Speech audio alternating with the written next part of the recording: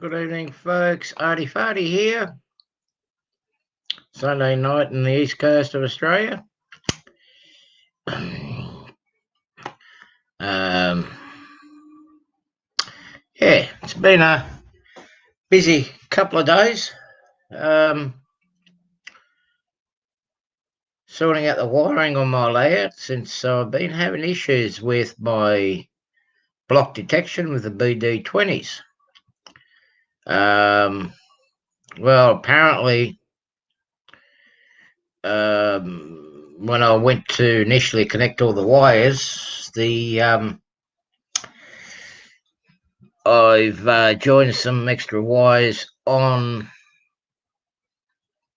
or I mixed up the blocks when I was doing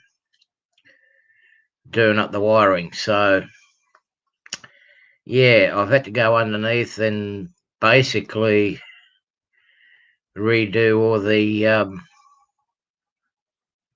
wire in the blocks, put them in the initial categories. Hi, Roy.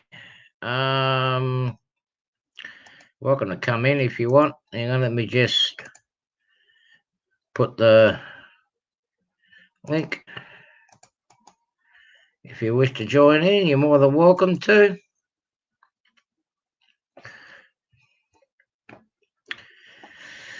Yeah, so basically, I did do a simple, more or less a simple system underneath my layout where I can actually join all the wires up, separating the positives from the negatives.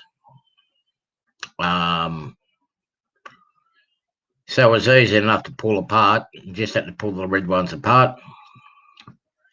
I've got it all sorted now, but you just got to tidy it all up. What I have got under my layout, let me just get an example.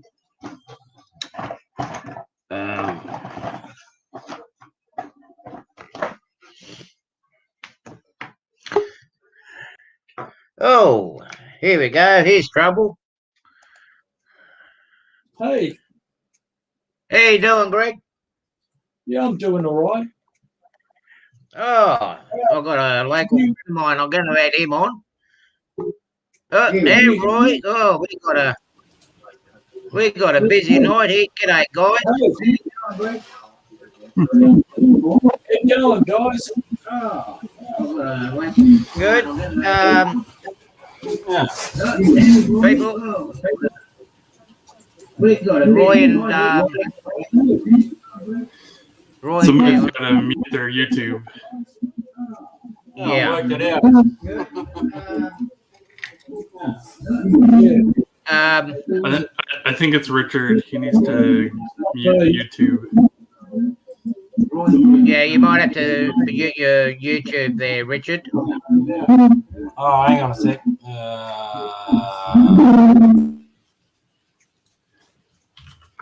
No, you've muted yourself, Richard. Not that one. You should use your StreamYard screen and close off any YouTube screens. Yeah, you just muted yourself there, Richard. Mute your YouTube. I'll just shut it down. Yeah. Roy and Greg. Yeah. Okay, Roy and Greg. This is Richard. I've known him since he was a young pup, basically. He's I like the from shirt. my local area. Hi, Richard. He's a local modeler. He's into basically Australian. He's getting into a lot of kit bashing and basically he's doing all the prototype from this region too. Very similar to what I do. Yeah, but I do American. So, how's everybody been? Yeah, some Aussie stuff though, Artie. Had a pretty boring day in lockdown, really.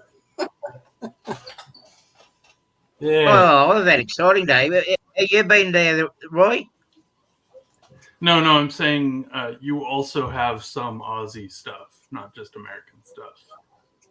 on your trains. Yeah, I got Aussie stuff as well. Yeah, I got a mixture of both Australian and American.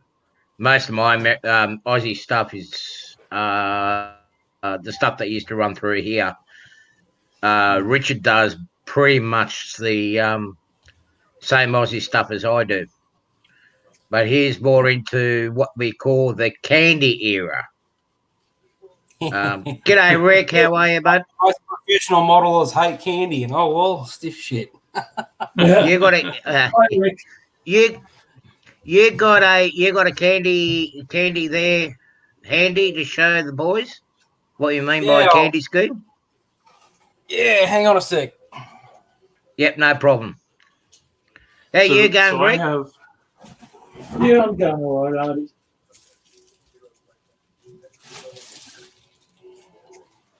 Fancy, all wrapped in plastic. Yeah.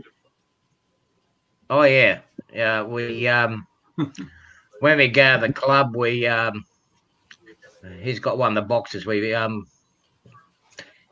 we try to keep most of our models handy. G'day, Mel's. How are you? I've been pulling my hair out. What's left? What hair? Yeah, what hair? Yeah. I've got still some left. He's pulling his beard. He's got to grab from the beard now. Yeah.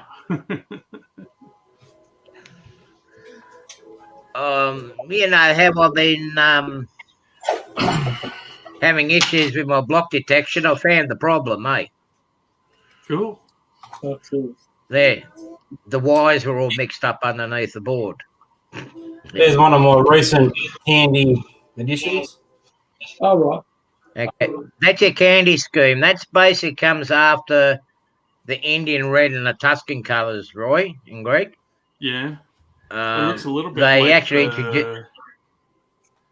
It looks a little bit like the daylight scheme from Southern Pacific. It's pretty much very close. That colour scheme came.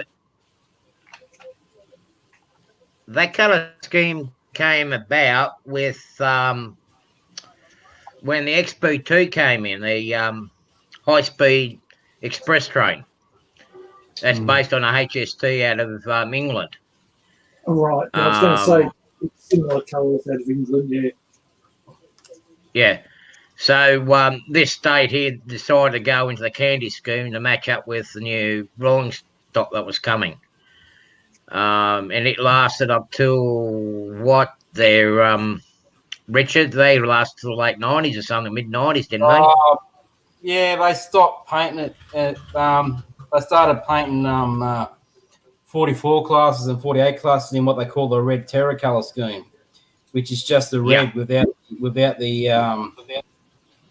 the sort of candy stripe. It's just a white line down the bottom of the loco, and that was about it. I think the only reason why they did that was to get them out quicker, to get them out shopped and ready to run again. Yeah, because they were short on loco back in the 90s. Yeah, they also started.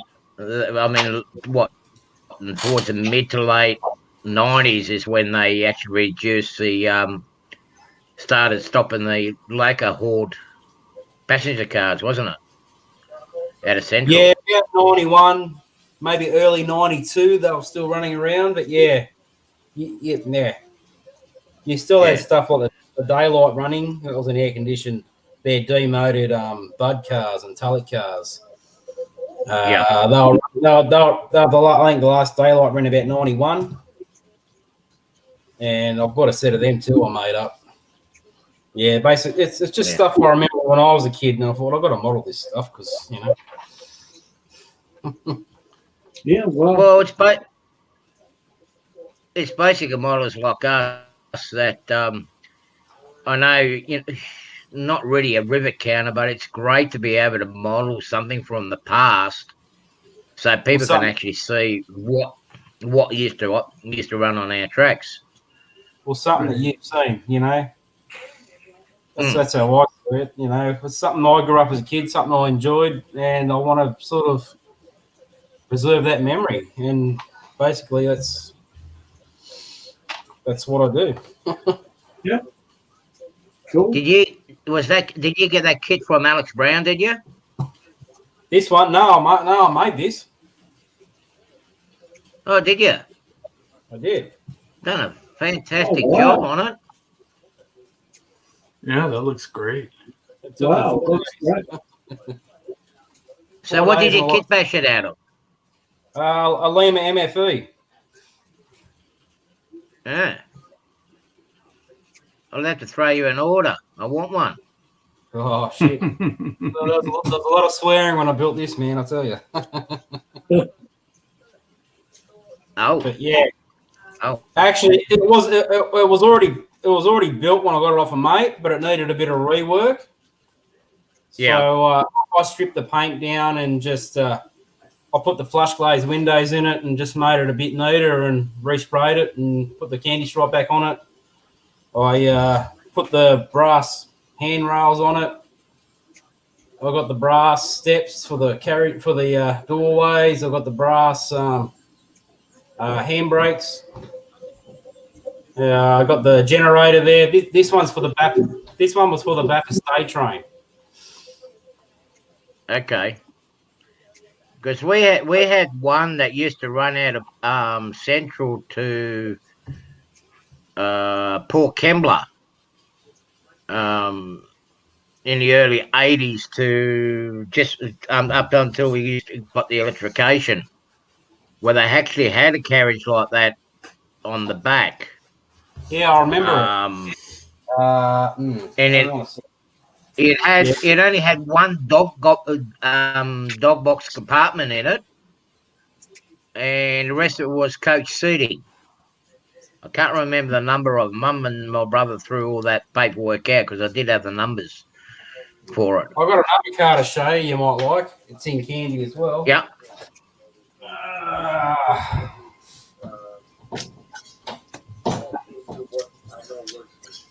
Is that your new section there, Roy? Yeah, that's the staging area. You might have already seen this, Artie, but yeah, I made one with backlight windows. Oh, you've done good job. Oh, fantastic. Yeah. Yeah, so where did you get those windows from? This was a Karen Ryan brass etched sides. Yeah. It's just another Lima MBE sort of modified to the shit house, basically. Yeah. So yeah. Yeah. Yeah. Well, that's what it's all about. If you can't buy it, you got to make it, don't you? If you want something that bad, you'll have to make it. That's about it. Yeah. I won't dig mine out at the moment. My room's looks like a tornado's hit it again.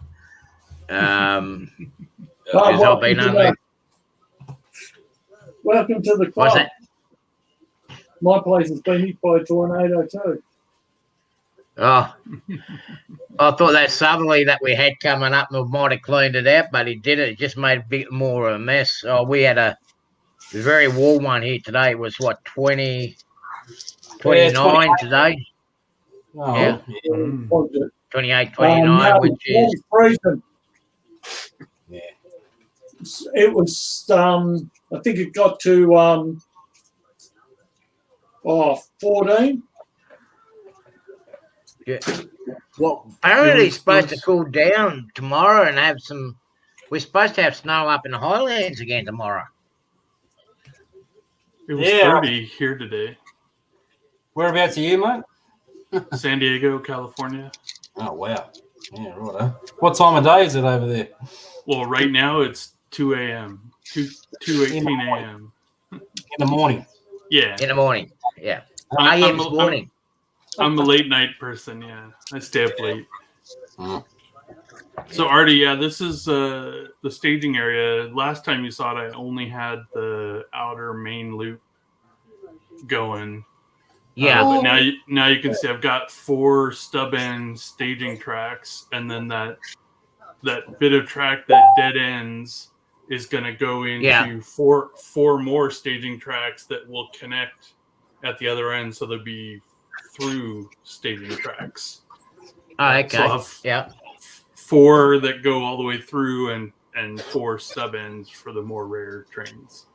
And then that other little bit of track, you can see that the train is just now blurrily passing. That's a industry. That's a lumber yard.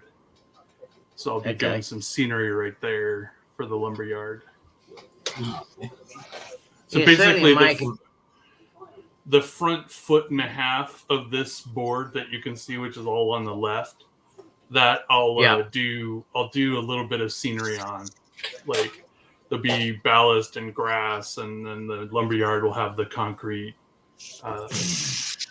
area and a building and some decorations.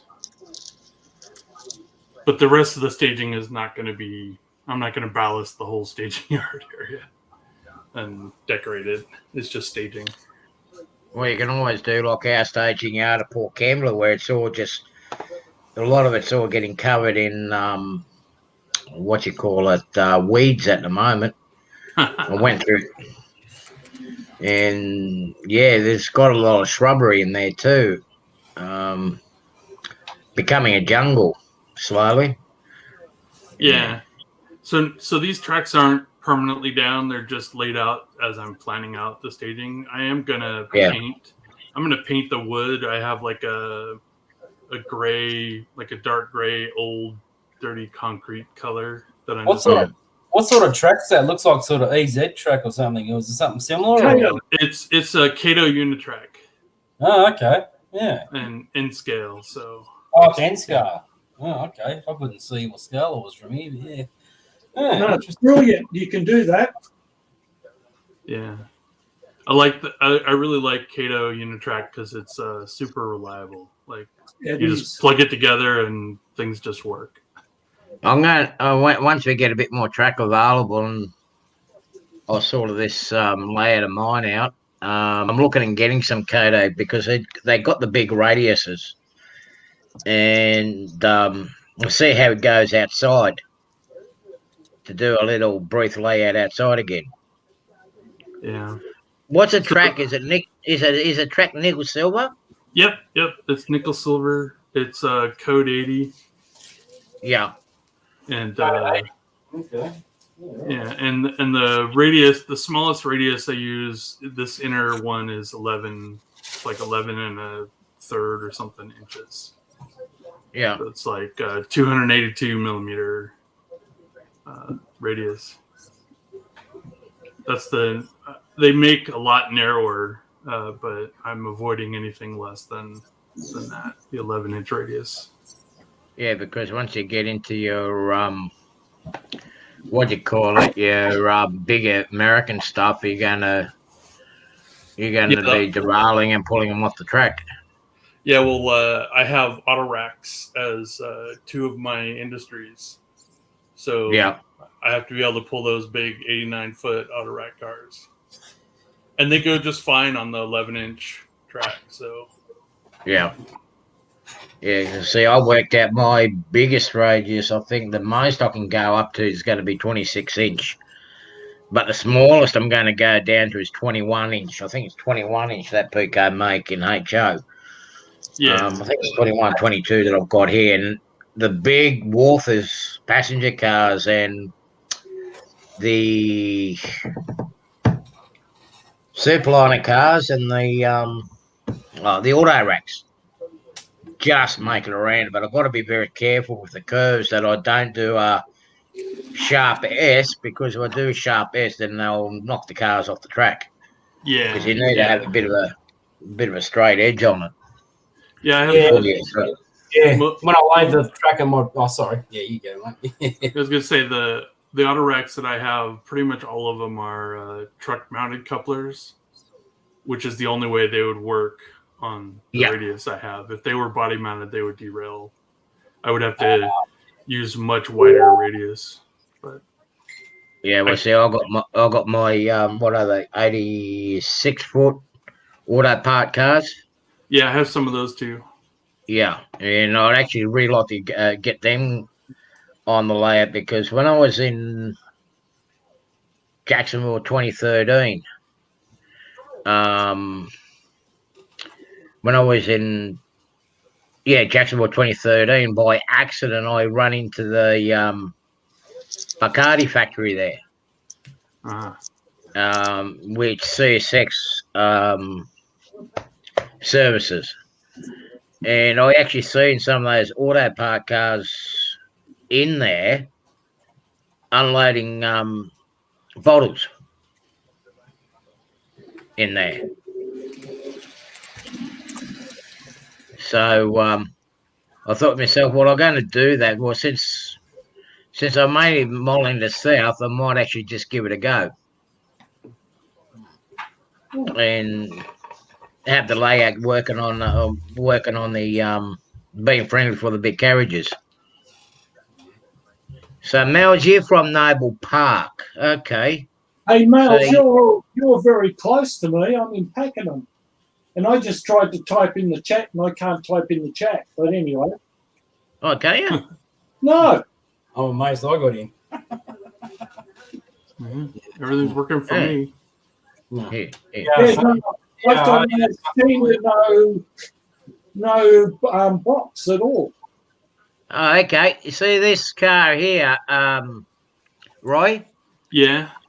Now, that was used on the as a generator car. Okay. You know how we got the head-end power for the Amtrak trains?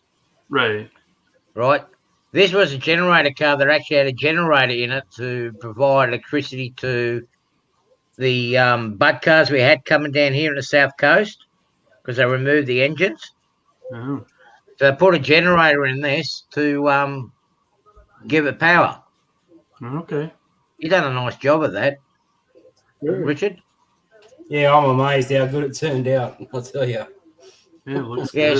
See, as I said, the louvel's at the back or the side of it. If you have a look at the drawings for it, they actually act as a filter. Yeah, there. Yeah, that works as a filter there at the back. Sorry, I'm trying to get it on the end. Yeah, it's all right. Now, with these ones here, they only had a normal little exhaust stacks up the top. Not like the big ones like what I had with the PBE. What are they? PBEs, the big one that I had here that I showed you the other day.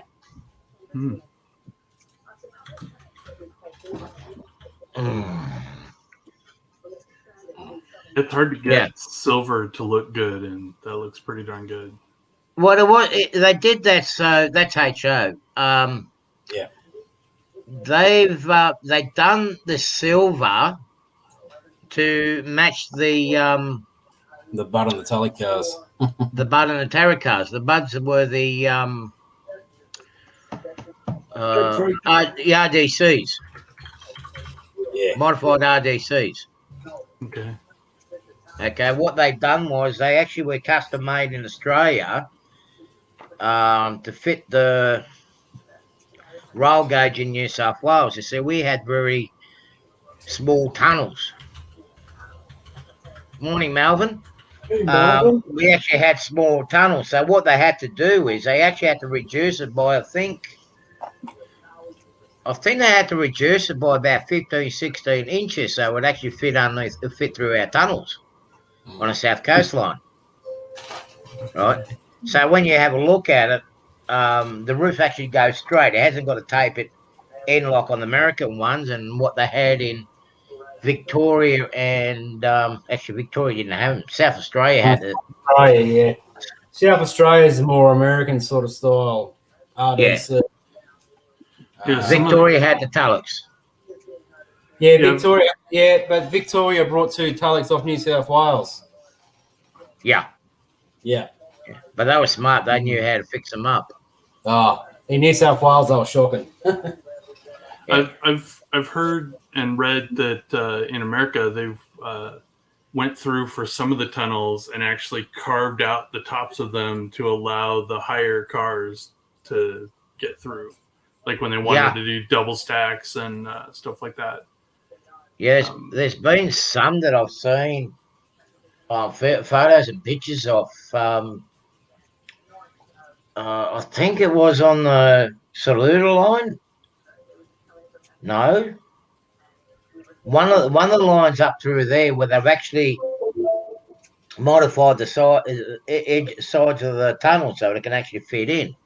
Yeah. What So they- like they had the rounded tunnel, and they basically just squared off the corners that allow the taller cars to come through. What they did here. Oh, g'day, Creepy. How are you, mate? Yeah, that's a Talik. That's the. And I'll just bring you up again, Richard. Yeah. That's the Talik car. Yeah. That's the Australian version of the butt car, the RDC. Right. It's a very rough casting, but yeah, it's a yeah. I did the best with this one, but yeah, it could be better, but you know. It looks all right from here, from the distance. Yeah, I was gonna say it looks pretty good. Yeah, I feel intimidated. Yeah, I was gonna say you got a lot of nice cars there, Richard. Yeah. Yeah. He actually has got some nice cars. He's actually done pretty good. He's very, very good at modelling. Whoa, I feel really intimidated. Have you seen how rough these castings were? Far out. Well, the kit from that was a very rough kit. The story is a mate of mine had Hanover. He what he done was made him molds out of a Hanover Talik car, Yeah. and he gave me a whole heap of castings that he made up. So these are like that's the result of it, basically. So they're made out of that Milky Bar resin. Milky Bar resin, yeah. Oh, But yeah, they were very rough. They were warped. I had to sort of heat them up in water and straighten them out. And yeah, the windows are actually Perspex, cut the shape and sort of put in. Yeah. And yeah. And to get the like the proper lines on the driver's cab, I actually chopped down a couple of European windows and to make them fit. So, Well, that's what you got to do. That's what you got to do at times, eh? yeah, break shit to make shit. So, Yeah. I've had to use the heated up to unwarp it thing with some of the resin prints I've done. Yeah. So like I'll resin print something and it doesn't quite come out right, and it like pulled itself partially off the plate, so it's warped.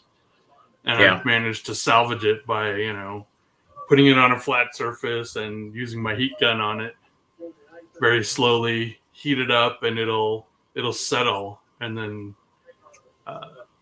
I turn the heat off and cure it with a black light so it holds the shape.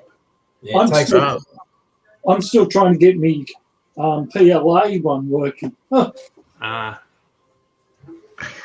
You see this? Have a look at that. I don't know whether you can see it. It's pretty crap. Oh yeah, it looks like it's under extruding. Is that what it is? That's what that looks like. Yeah, it's not. It's if you look at the sides, it's perfect. Yeah, it'll look, because on the sides, when it's doing the outer walls, it goes slower, a little bit slower, and so the extrusion keeps up. But when it's going across the surfaces and doing the infill, it'll go as fast as it can usually, so your extrusion is probably just a little bit low, so their outer walls still look okay, but the insides and the top are not enough material. So what do I need to do to fix that?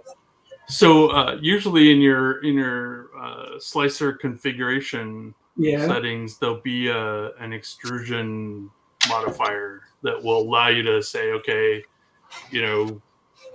bump it up or down a little bit. Like on mine, it's like a number that defaults to 1, and if you go to like 1.1, it'll extrude a little bit more, and if you go down to the 0.9, it'll extrude a little bit less. Right. Okay. And the scales are different for different printers, so you'll have to research yours. But yeah, you just want to look at how to increase your extrusion rate. Right. When you're actually printing, and sometimes you'll be able to set it independently depending on the type of thing it's doing. Right. But, okay. Well, that But was usually- just a file I grabbed off the internet. It's supposed to be a turntable, and that's what I was trying to make. And I was look. At least I got that far. It's further than I've got on some of them. Some of them are just I don't know what I'm doing wrong. Yeah, But- the other thing to check with under extrusion like that is the diameter of your filament is not Right. always what they advertise. So Right. you'll usually want to measure it, and I found that most 1.75 millimeter filament is actually like 1.7 or Right. 1.68 or 1.72. They're like a little bit off, and most of your software will let you enter what's the diameter of my filament. Yes, And I you can. I've got quite a range of dynamics that I can change, but I've only done. I don't know. That's probably the fifth print I've done. Right. So the diameter of the filament can have a big impact on the results. When if you get it right on, your extrusions will look better because it'll adjust the extrusion rate based on the diameter of the filament, so it gets enough filament out the nozzle, right? Like they calculate that stuff in their software. Right. So, Okay. Well, so those are the two things to check: is the diameter that you've got on your settings Yep. and the extrusion rate. Right. Okay. Thanks. Yeah. That 3D printing sounds very technical to me. Well, Well, it is. You got to get it right. It takes a little bit to dial it in. Yeah. Like you got to do a little bit of finagling with it, but once you've got it dialed in, you can just start printing stuff. No Yeah. problem. Yeah. I'm still trying to set it up, but yeah. Yeah. Hang on. Okay, so that what you got there, yeah, that's the same as what I've done. Yeah. Yeah. And you see how you got the big vents up the top of it? That's your actual exhaust. Your exhaust, yeah. Yeah. Yeah. Hang on a sec. Oh, Yeah. right, right. You got daylight there. I've got a big one. Yeah. But yeah, I've got a candy one too. I like that one better. The Yeah, candy I like one. I like the colors. So you're going to be the candy man too, eh, Roy? If I ever do Aussie Railroads, I'd be a Candyman, yeah. Right. Okay. Yeah. You've seen my box cars. They're all colorful and graffitied. Well, I've got to admit the candy's not too bad. I mean, my closest candy units that I've got is my electric 86 class that used to haul the coal through here. That's the only candies I already got, but I'm pretty much making that as my cutoff point to the era that I want to model. Otherwise, I need another house to gather all the stuff that used to run through here. But you'll like this one. Let me show Yeah. you my candy. Oh, shit. So, There's me. Hang on. that's the one I made. That's a PHN. Oh, hang on. PHV, sorry. Yeah, that's a nice one too, eh? Yeah. I'm starting to get a collection of power beers now. Now okay, you show me what you've done, Roy. I haven't done this. This is my candy Is that the- train. Is that the what? Oh, they the call it? SP, the Kodak. Kodachrome. Kodachrome, yeah. Yeah. Jack sent me this. Oh, that's did he? pretty cool. Yeah. Now, so the power van that what's his name, Richie showed you, because I do American, I've done the American color scheme in it, Okay. doing the cheesy color scheme. Yeah, that looks good though. It came up pretty good. Yeah, it looks alright. I just got to make up the other matching passenger cars to go with it. So yeah, just to stir these rivet counters up, if you understand what I mean. Oh, hang on. Those colors are the same as the old Cotton Belt and early Black Widow Southern Pacific, because they have the black and then the silver and orange. No, that's dark blue. Oh, okay. It looks black. It looks black, but it's the dark blue that Pierre Marquette and Sundo used. Okay. Right. It's almost like midnight DPU. I've run. Yeah. I've got 2 trains driving this thing around. It's not a middle of the train, but it's 2 at the front. Yeah. The hopper train, you'll see it come around here. It's Can't see any hoppers. Those are hoppers. Can't see any. Anyway, there's no kangaroos. Yeah, I understand. Sorry. There you go. Is that better? That's the tank train. The hoppers will. Here comes. Let's see where they at. They'll be on this high camera in a second.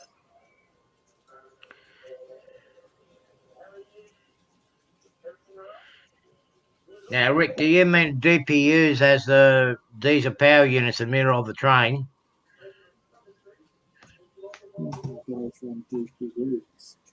Yeah, here comes the 2 Santa Fe GP7s.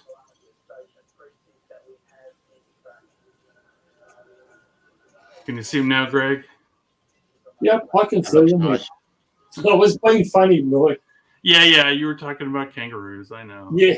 They're very short, stumpy grain hoppers.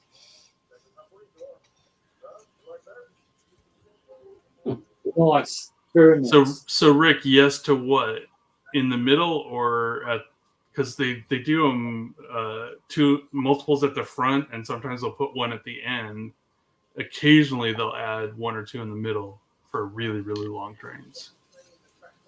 Yeah, well, so in Australia here, the only region that they got the DPUs are in far northwest West Australia, with the iron ore trains, where they actually got power units in the middle and the end of the train.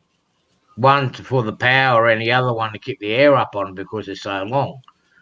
On the East Coast here, no, we don't have them. We usually have 2 or 3 engines at the front. Up on the local line here, we have trains that are push-pull configuration where they have the engine at either end, so they don't have to switch the engines around when they go into the coal mines, because the loops are going against it, so to speak. Well, I do have the occasional banker engines going up the mountain, though. Yeah. But they're not permanently attached. They come off at the top of the mountain. Yeah. I was gonna say, for the typical trains I see in my area, they're usually just like 3 or 4 engines at the front, and that's it. Yeah, but they don't have the super duper long. They might go up to about a mile long for their trains, whereas some of those trains that they're building are like, almost 2 miles long, and they're too long, so they put DPUs in the middle, partially to help reduce the chance of string derailing, right? Like, yeah, because the train is so long, when it goes around a curve, it might pull itself off the rails. Well, so they add some. Our longest train is the iron ore trains. They're up at Port Henland.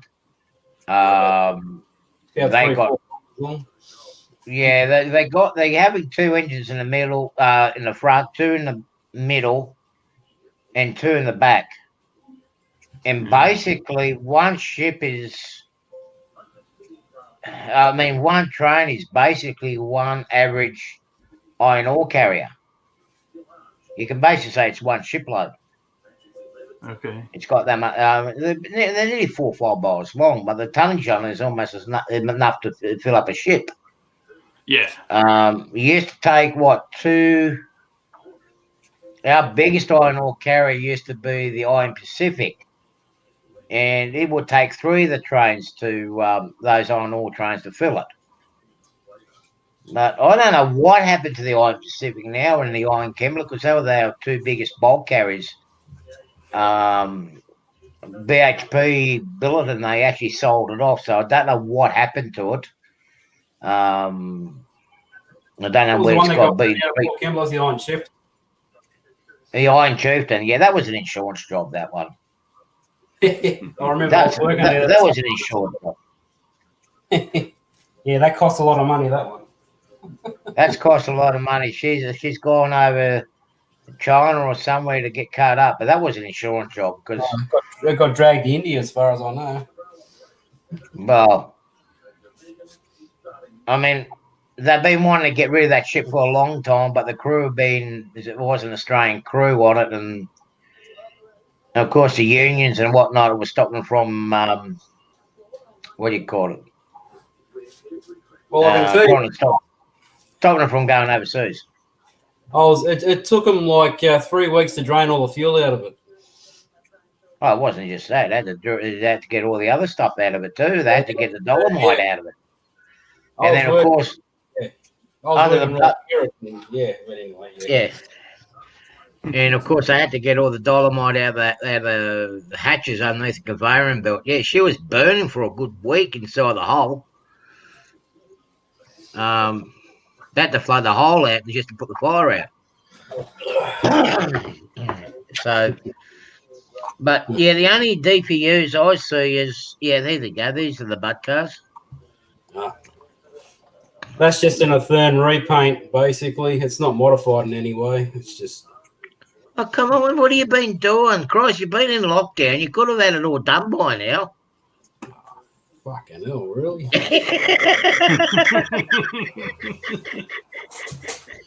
Already cracking the whip. There's a Candy Loco.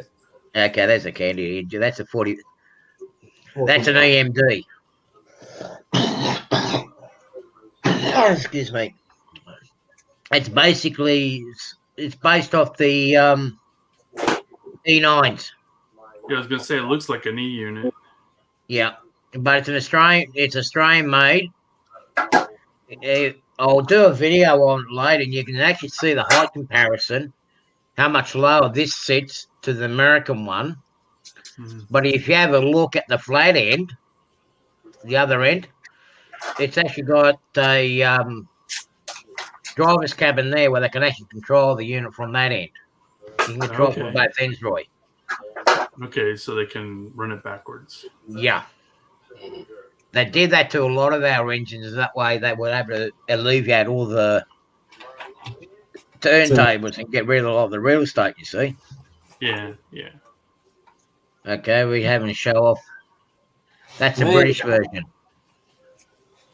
That's my new one. Just arrived. Wow. Okay. That's very bright. I haven't even put in the DCC chip yet. Oh, is that still coming? No, I've got that. I just haven't done Have you? it. I've just yeah, that's a Derby. That's from where my family come from. Okay. Yeah, and I got another East Midlands carriage as well. But yeah, I haven't done this one yet, but yeah, that's my next task. Greg and Richard, have you guys been getting these obscene phone text messages and phone calls about your parcels not being delivered? Yeah, I'll just delete them. Yeah. Well, yesterday I had 3 phone calls, so phone calls from saying that I need to pay up to get my parcel. Is that from Amazon? Hey, one was from Amazon, the other one was from Australia Post. Yeah, it's all a load of shit. Supposedly, I just told them to keep it. Yep. I just told them to keep it. I don't want it. Send it back. From what I've heard, it's from, you know how you go to shops and you QR scan in because of this COVID shit? It's all coming out because of that. Yeah. Yeah.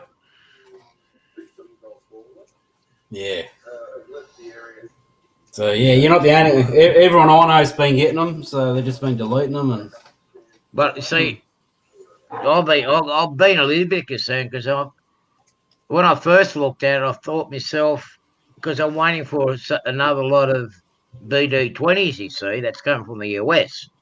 oh yeah, And the IOU, what do you call it, circuit board. So I thought I better go and check just to make sure something's messed up there. And when I had a look, no, it's still sitting in the US because of the COVID. no, Apparently, the distribution center where it's transiting from, the center's closed down at the moment. yeah, right. So, I mean, it was supposed to be in here last week, but it never arrived. Just going to have to sit and wait for it. But I've got enough here to keep me going now that I've found out where my electrical problem is. I sorted all my wiring. What I did on my layout is I did these for my DCC. I got this little circuit board from Jaycar, and I've done the screw-in plugs, jumpers, Oh yeah. to feed my to put my feeders in. Okay. But what I managed to do is I managed to get them in two colours. Blue is basically for me black wires, and then of course you get the red one that I use for my positive. So as I'm going along, if there was something like what I had now where my electrical isn't right, I can just unscrew it, sort it all out, and then just put them back into where they're supposed to be. Yeah, that's a good idea. Yeah. I had a friend of mine that used to work as a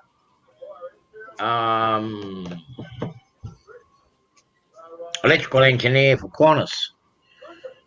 And what he was saying to me was to minimize soldering. Yeah. Right. Because what happens is the wires end up getting really, really brittle and fragile, and they tend to break and snap after a while, or just corrode within the joint and just break away with age. And they actually before Qantas got rid of that section, and Qantas used to be what they call it, an agent for Boeing with the 747s. They brought in a whole heap of old Pan Am jumbos to get fixed up and wiring, and they said some of the joints that they had in there that was sold together, and it was just a total nightmare. Yeah. So you guys got scammers out there too, Rickard? Yeah, mate. Yeah, we've had a fair bit. I mean, I've been getting, the best one is I've been getting ones from FedEx. Like I don't deal with FedEx. Yeah, I got one from DJL or whatever it is, or DHL, yeah, I've got one of them as well. I don't deal so much with them, but the company I deal with is UPS, basically. oh yeah. I've dealt with UPS for a very long time, for many, many years. And if I get something from them, I just go, is that one of yours? No. Most of my my phone calls get blocked by Samsung because they come up in the database. So I don't get a lot. I get probably more emails than anything else. Yeah, I get emails too, and it's like, well, no, I'm pretty on top of my tracking. I know what's coming and where it is, sort of thing. It's like it won't get held up because everything has already been paid up in advance. So when they turn around and say your package is being held up, it's like, well, because you owe money on it. It's like, no money's been owed. No. Yeah. Yes. No. Don't have that. I've had some phone calls, but most of them get blocked eventually by Samsung. They have this database that they Google push does out. the same thing. Phone. Yeah. Yeah, my Google Fi, they've they flag a lot of stuff as spam. There's still so much of it though that some gets through. Yeah, the only it's problem, not really many, the only problem I'm finding with the US system, Ray, the only problem I'm finding with the system they got in the US, like when I ring the family members on the East Coast or whatnot, because it's an international number, it blocks me out. Mm. I can't ring in, which is a real pain in the backside when you're trying to get a hold of someone on the phone. I had the issue with my with Brenda, one of my stepsisters, because they had that call blocking with the international numbers, and I could never get through. I could never get through. It's like I turn around and give her a message or whatnot, and goes, "Look, I'm trying to ring you, but I can't get through because of the block." well, I've had to be really careful because sometimes they've been. I had one the other day that I went, and I didn't answer it, and it was my doctor. So I have to be careful now to make sure I answer them. Oh, there's some crazy calls that come through, eh? And I've got to a point now where the private number, I mean, I'm sorry, if you're going to block your private number, you got something to hide. Yeah. To a degree. Well, as I said, my Yeah. doctors come up as private numbers, so because it's not always the same number that rings. And because it's from a hospital, you just never know. So yeah. Is that one of It's an on-track One on another chassis. So I was I was a bit strapped for cash, so I made something up. So yeah. Yeah, well, I got the one-track ones of them. Yeah, that's an on-track body, but it's a Eureka chassis. Okay, yeah. I had to modify it to fit, but yeah. But it works. You got what you want. We didn't have that many of them down this line anyway. No, not that tight. No, we had more FSs and Yeah. I mean, they were few and far between. I think there was only one or two trains towards the end of the Diesel Hall area that we had those passenger cars down here. yeah, we had more heaps of them. Yeah, that's right. Yep. Heaps of these. Yeah, but they threw a lot of they threw a lot of rejects to us. Like when Newcastle and Western Line and whatnot got all the new stuff, we basically had. We got the We unique. We got the hand-me-downs.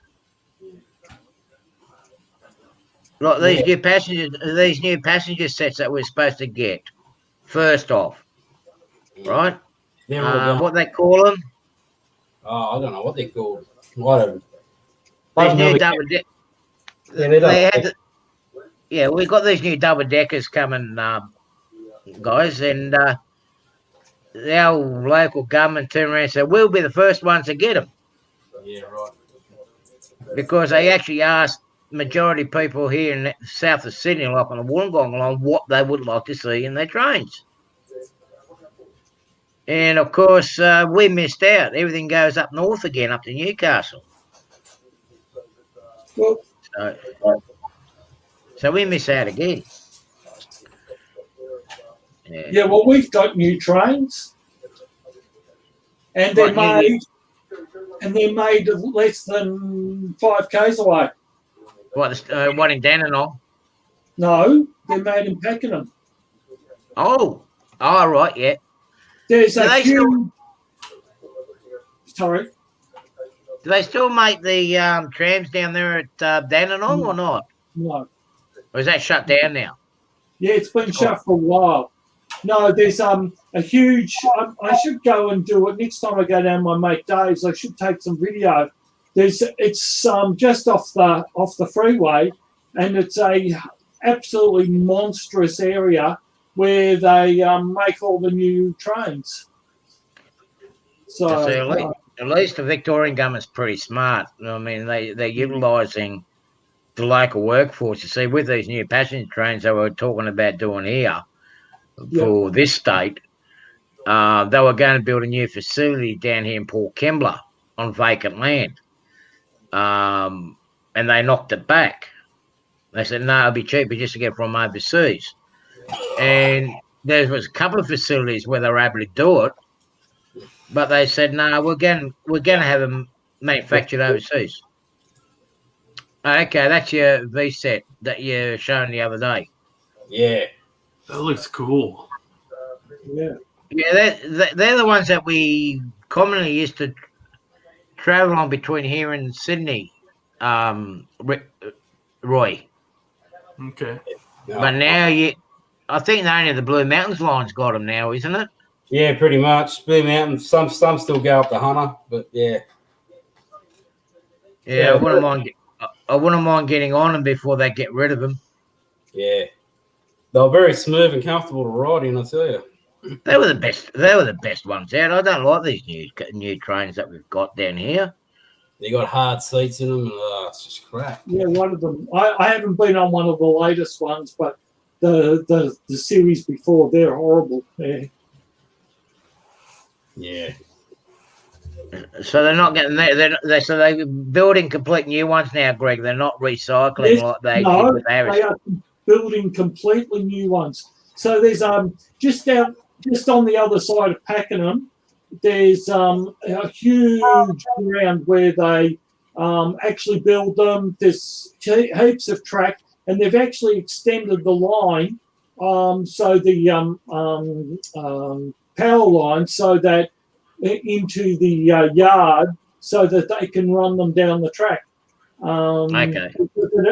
The electrified line only went as far as Pakenham, and now it goes down to the new facility. And often you can see, I don't know, last time I was down there, I think I saw 5 different trains being in the proving yard. So they prove them before they go out. But and the yards are huge. There's a couple of huge buildings on there. And I must take a photo or some video next time. Yeah. Oh, they're building a facility up there, Gary. What are they actually building up in the Highlands now? Because I know at Mettagon they did the or Braemar, they built the 82 class diesels that look like a dog bone. No, I'll pack mine away. It'd be interesting to know what they're going to be building up there. But one thing I just cannot understand, Greg, like we used to have a very good electrification. I think it went all the way to Sale, didn't it? No, it's never. Oh, well, how far did it go? No, it went too far as Bun. It's only gone as far as Pakenham, and from Pakenham onwards, it's V-line. No. Well, with the V-line trains, the electric trains used to go to. I swear they used to go to Sale. Yeah. Back with when it used to be Victoria Rail. No, we used to have the L classes used to go all the way down through there. Or was it Bairnsdale? No. Yeah. Always been diesels. No. Really? Yep. We used to have the electrification going all the way through. I can't remember where it was, Bairnsdale or Sale. Which one's closest now? Is it Sale closest. Yeah, it went as far as Sale. Hasn't been electrified that I'm aware of, because there's not even any evidence, because I've been on that line. Yeah, they've removed it. They've removed it all. You used to be able to get the electric train, right, before they redid the B class into an A class and the N classes came out. Right. It used to be electrified all the way down to Sale. And that's where the L class is. It hasn't been like that for years, because it's only ever been to Pakenham. Yeah. Yeah, they went as far as Warrigal at one stage, and then they reduced it down to Pakenham. But I can't understand why they removed it all. Hello, Nancy. Good morning to you. Okay, we're going to have to...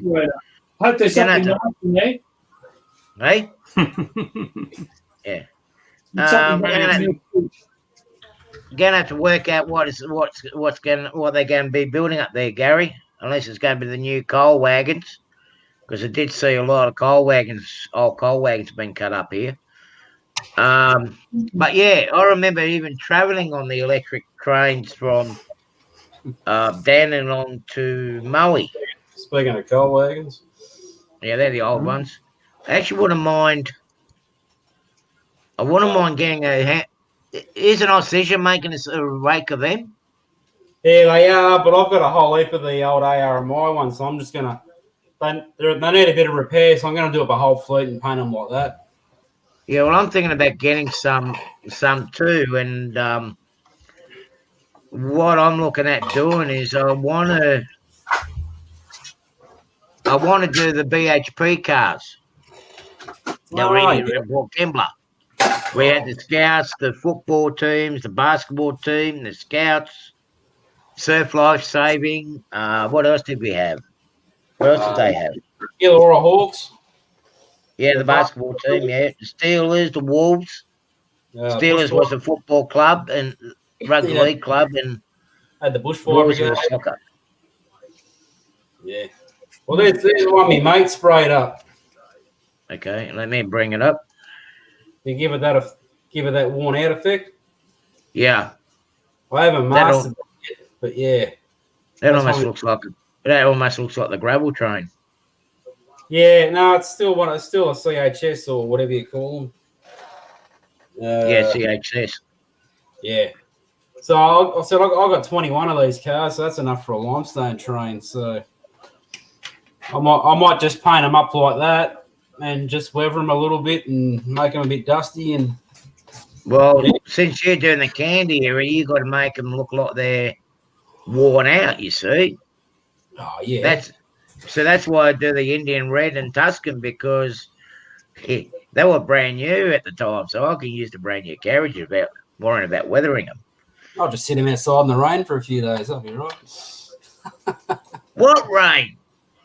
Well, It's been pouring here tonight. It's supposed to be raining this week. It's been raining here tonight. Send that We rain gotta over here. We need it. I think we had a few little spits of rain last week, and that was about it. Nothing since. Was it last week, the week before? We only had a brief bit of showers. Yeah, a couple of days worth. Yeah. Yeah, that's right. We were having sunshine. That was last week. We were having sunshine, and you were having rain. We were having 25, 26, and you were. Oh, that's right. Yeah, that was last Sunday. Yeah, that's right. Yeah. Yeah, well, it's the opposite today. Yeah. Oh, no, they were saying that we're going to be getting snow, so I think you've got the snowmaker going, have you there, Greg? We don't know what snow is here. Here we go again. What snow? It's that white stuff. Yeah. These are the good wagons, Roy. You want to get a whole heap of these gondolas. Yeah. So what they did here in Australia, when the shipping containers came out, they started putting the 20-footers and the 40-footers in them. Yeah, I got. That's a power. Nancy, I hope you had a nice feed out of the fridge. I've been modifying these all day, so. Okay, Nancy, good luck with your drone flying. Yeah. Here, Nancy. Yeah. And I've got an early AR kits one too. Do you know, hey Artie, do you know what the code of that one is? Yeah. Yeah. Yeah. I did. I used to have a book on it.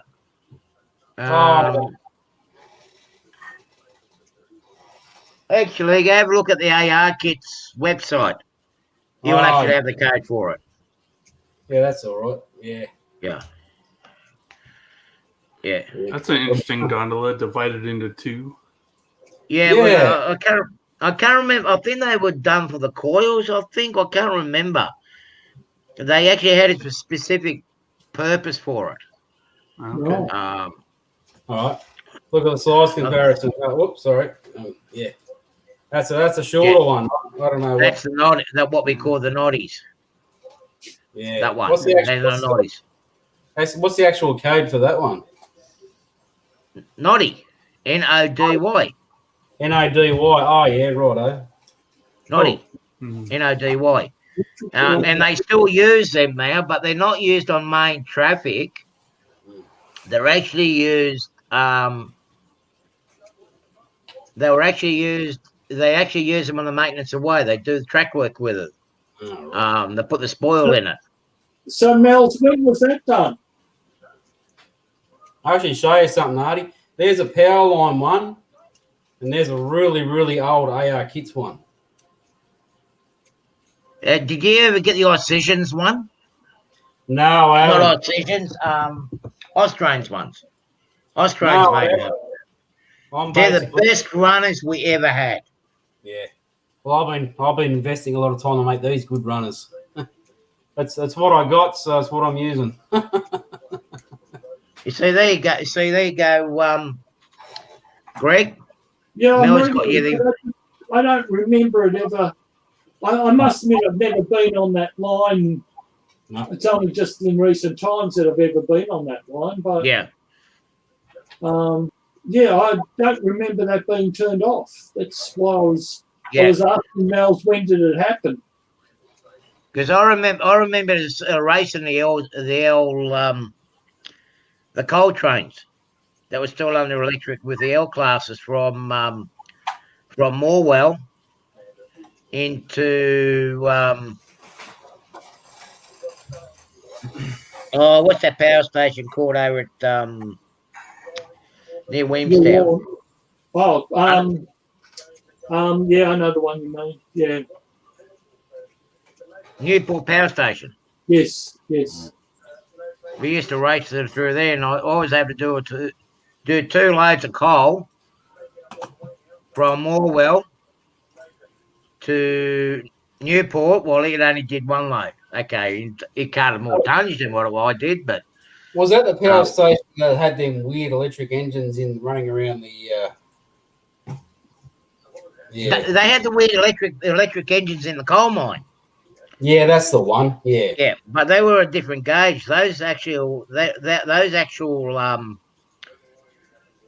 electric engines and the coal wags, they had the European style bins on the side where that instead of having the chutes underneath, the sides used to open up yeah, and the coal used to fall down. And a lot of times he actually used to run down the conveyor belt to feed the Traralgon Power Station.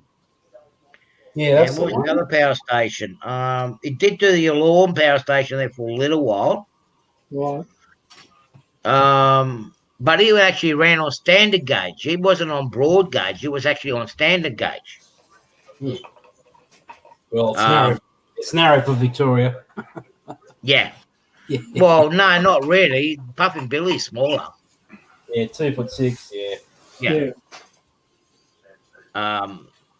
But yeah, I remember seeing them when they took the overhead wires down from Warragul towards Moe, but I couldn't understand why they got rid of it all. I mean, they're talking about going ecologically friendly and everything else like that. Yeah, But running a diesel ain't going to be equal.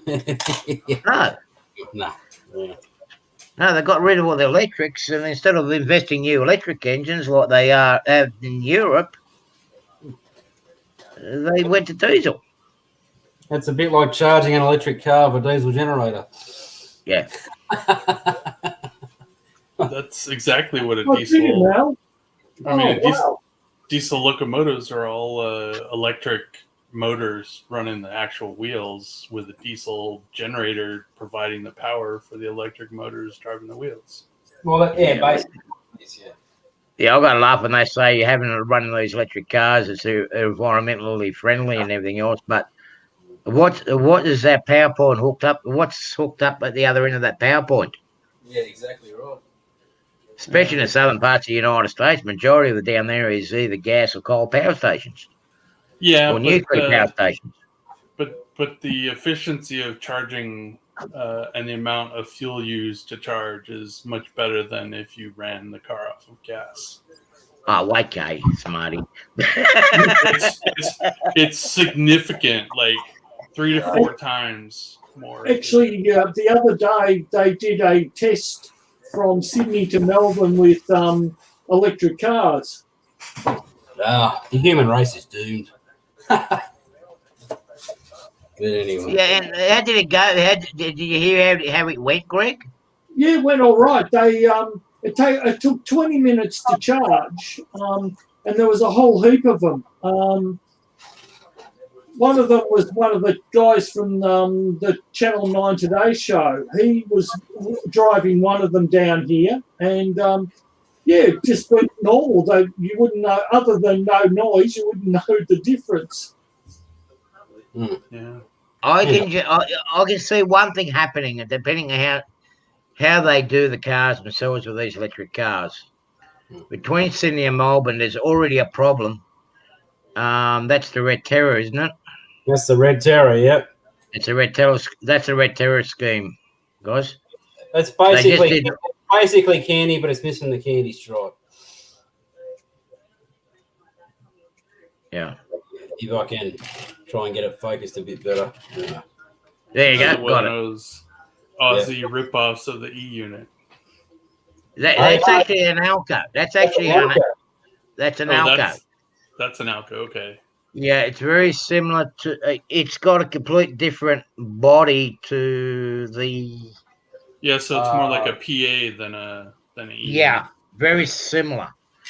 Well, they call it But a world. it's a unique design. It's a unique Australian design where they pinched some ideas from the US, and its two is controlled from both ends. Right. I noticed Right, that that when is- you first showed it. Yeah.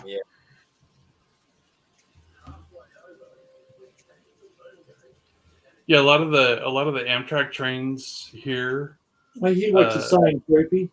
they do the push pull, but the tail passenger car has controls in it, so they have somebody at the tail of the train able to see and drive the train and like run the horn and bells and stuff, but the actual power is in the engine at the other end.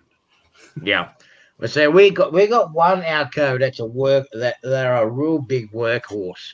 The 48 class. I don't have mine. Oh yes I have. I don't think I've got one on me, Artie. I do. Right. I do. Okay. The 48 class, right? It's a That's little nice. bit yeah. It's got the same power as your RS. See RS3? That looks like an SD7 or an SD9. Though. No. But that's what it looks like, though. I'm just saying it looks like an SD7 or an SD9. Yeah, like an SD9, but it's a lot smaller. That's an RS3, isn't it?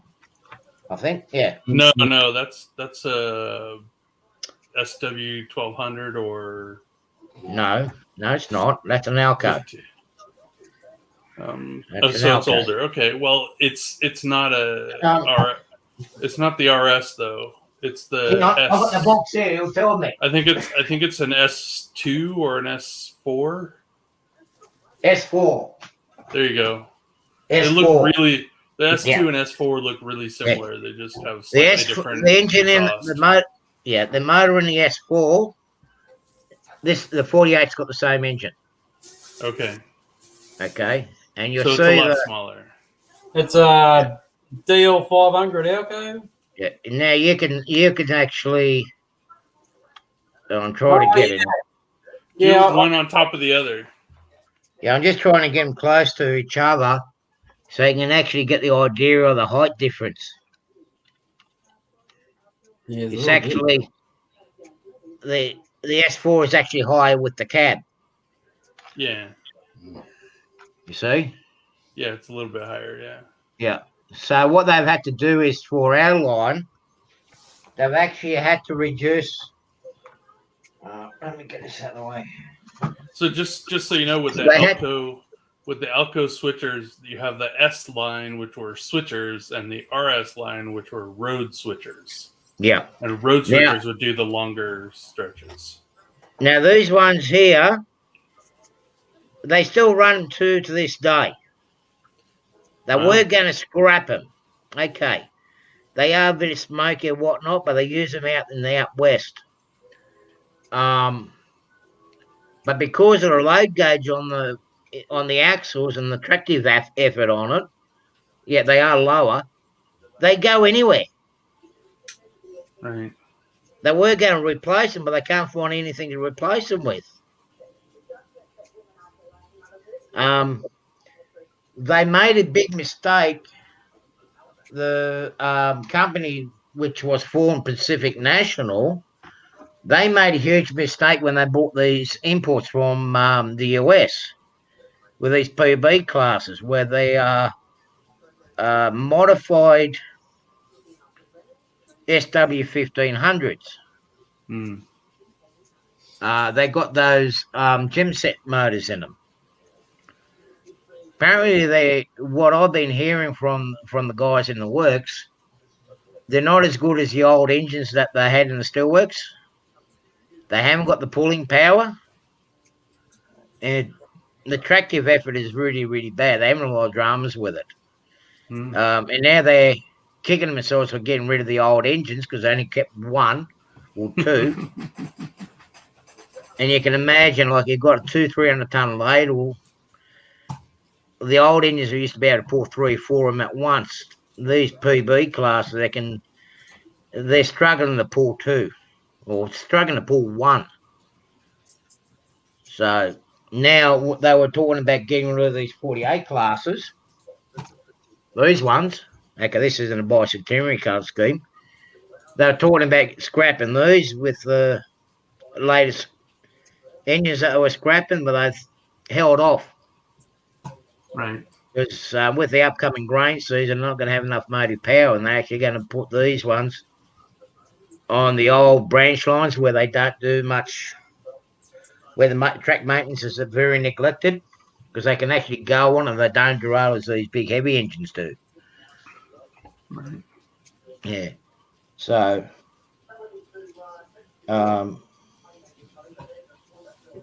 yeah. But yeah, it would have been good to see if they would have been kept all the electric engines. Yeah, they have. Yeah, Pacific National has. What's the name now? Horizon or whatever it's called has got the actual contract now. The old QR National. What they call themselves, Azura. Ozerian or something like that. It's some weird, funny shelf name they actually got because QR National was going belly up because they owed too much money by some foreign companies for not paying their bills. I can't give up with these days, Artie. It's all changed that much. Yeah, well, I remember when it was all happening, changing, because I was doing a lot of the transportation with QR National, and it was basically overnight. They just pulled out a shelf company and reformed a new shelf company because QR National just couldn't make ends meet with all the money that was owed. It was owed hundreds of millions of dollars. Yeah, bloody crazy. Yeah. Anyway, here's another toy. Now, which one's that? Hang on, let me bring it up. That's the Deb set. Yep. Now, that's the Lloyd's model one, isn't it? That's the Lloyd's one, yeah. I think Alex Brown has actually converted one of them into DCC. Yeah, Phil Ouch in the club's got one that's DCC. Yeah. But yeah, I'm thinking about getting the Decision one because the Bowser wheel sets aren't that good on them. Yeah, I don't know. I'm having a lot of trouble with the wheel sets. They're not rolling freely, and that's the trailer car. And have they got the bearings inside where the brass bearings in it in the axles? The square bearing, yeah. Yeah, they do. And that's the other power car. what you want to do is check the. Have you got one of these gauges? The track gauge on them, but you're gonna have to lube it up It is lubed up. and run it. Yeah. Oh. When I run it, I flog the shit out of it. Just check your gauge and see if it's not too tight. That your wheels are not too tight against the actual brush itself. Yeah, that could be it. Good. Because we end up having the same issue with the Walthers, what they call them, Metro line cars. Oh, yeah. Where they were actually too quite tight. Yeah, just get one of these gauges. You got one of these? I can't see your video. Oh, there we go. Hang on, let me just bring it up. Yeah, I got to get one of them. I've been meaning to get one. Yeah. I should. Yeah, well, it comes in handy because a lot of times I found, even with the Oxygen one, Trainer Rama's 44 class. Ran in the bearings, they were tight on one of the engines. So to give yourself a bit of clearance, it will give you a bit of free rolling. But I also noticed on some American Bud cars, the Metroliner cars, Oh, yeah. they actually had the same issue where they weren't rolling freely enough. Yep. So what lube are you using on your bearings? I am using.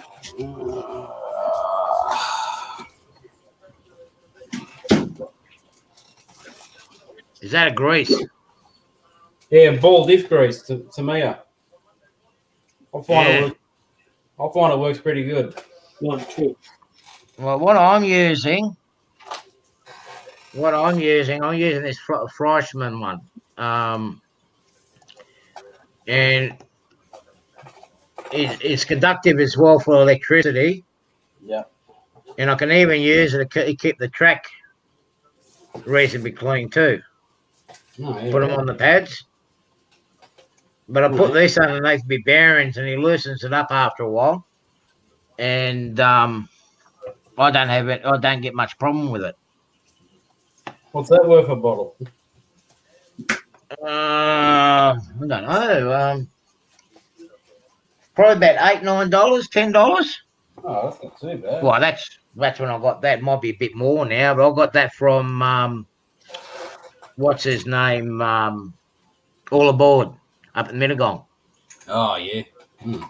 Yeah, I think they moved to Barrel now. Yeah, I heard they're in Barrel. Yeah. Haven't been to it yet because we haven't been allowed to go up there. No. Yeah. Can't go bloody anywhere at the moment. Yeah, I can go to the shops. Yeah, that's about it. Yeah. Make sure you wear your mask. Oh, God. Oh, mate, yeah, you got to wear mask in Berkeley, mate. We're civilised over here. You know, us Bagons up here are a lot more civilised than the Bagons down at Dapto. Right. They won't even let you in the store here without a mask on. Well, that's the same. That's the same with our stores here too. And if you're from outside the area and they don't recognise you, they'll ask for your ID here. And if you're not from the area, they kick you out. We don't eat. Oh, I'm having troubles tonight. Yeah. It's when I say here, I just mean in Southern California where I'm at. It's not universal with the mask thing because there's some states where they've set up laws that places can't mandate masks, which is really stupid. But whatever. Look, at the end of the day, the way I'm looking at it now, I'm wearing a mask for my own protection. Yeah. Right? It's more for your own protection than somebody else's protection. Because it filters out the vapors, the mist from going into your nose. If you don't want to wear it and you catch it, that's your trouble. But don't go crying out that Don't go crying later on saying the government didn't do anything, the health system didn't do nothing, and everything else like that. Don't go crying.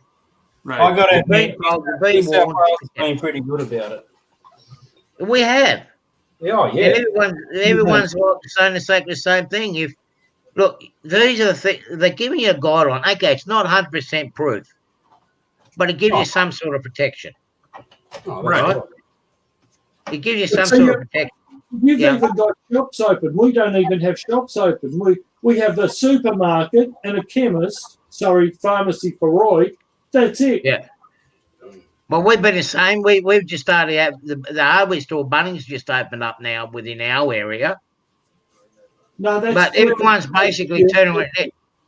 The way everybody's going around in this area in Sydney, majority of about 95% of them are saying if you're going to get it, you're not going to follow what's being advised. If you'll get it, don't go crying for help or saying the government didn't do this, the government failed to do this, and the government failed to do that, which you always hear. What about Or them protesting? That was bullshit. Yeah, or the medical staff are refusing to help us or whatnot. It's like, hang on a minute, you put yourself at risk, you put everyone else at risk. Don't start going crying. There's been enough. And over here, they haven't been beating around the bush like they have been in the United States. Right. The media have been told, say it as it has been said at the press conference. Do not deviate from what's been said at the press conference to confuse the people. Right. We've got 2 channels in Australia that have actually done that. The one that's owned by the government, runs by the government, which is ABC, and Channel 7. Right. Right? Channel 7 is tied in with CNN over in the United States anyway. Yeah. Well, But it's they can't do that here. The media companies would scream First Amendment, and they can do and say whatever they want. There is, well, the thing is, what happened? Yeah, well, that's true, but you got a code of conduct. Even in the United doesn't States, matter. The media here is all about ratings. They don't give a crap about anything. And, and they share more misinformation than Facebook does at the current time. In it ever. And that's what they're trying to stop here. And actually, to a degree, they have. And most of the media has actually come on board with what's going on because they're saying it straight as it is. And the perfect example, every human being will will say something different to what's originally been said. Mm-hmm. Right? Have a look at the recent challenge. Ray Boble's challenge. Right? Yeah. It was quit monkeying around challenge, right? I'm the guilty one who reworded it. Right. I said no monkeying around, but it was actually quit monkeying around. And some people did. And some people did stop monkeying around instead of quit. Yeah. And that's how misinformation starts, when the wording gets changed. Mm-hmm. Right. And if you go through and the more people you go through, the more it changes until it gets to the point that it changes its meaning. Exactly. And the story gets changed as it goes along. Yes, Melvin, especially Fox. Especially Fox, yeah. Yeah, I like to say FAUX, faux news, because it is not news. It is sensationalism and straight up lies. Like, well, the way they're beating the ratings here is the ones that can actually not giving the false information, but to give the proper, accurate information that's understandable to everybody. Right. But some might mess it up along the process. But that's what they're trying to do. Some channels do a pretty good job on making it straightforward and easy for the non-English speaking people. But then again, the English speaking people can't understand it anyway. But Yeah. we're He's doing got- okay. Look, That's probably a clearer shot of what I was showing you the other day, Artie. on the Union Pacific carriage.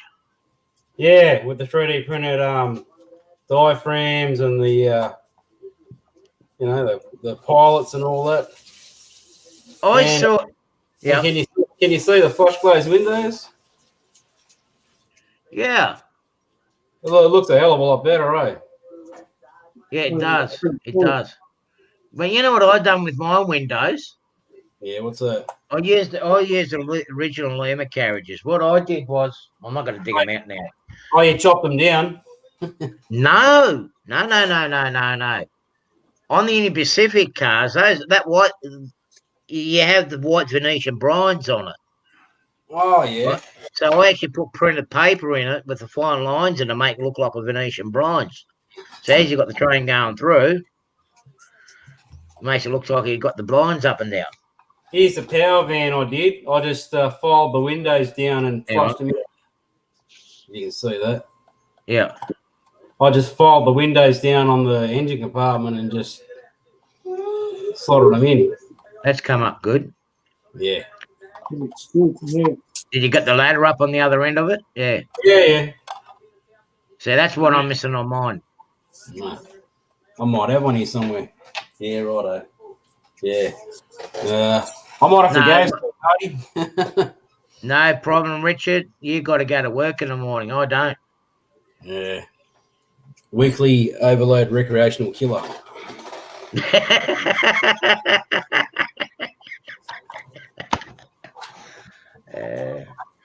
Alright.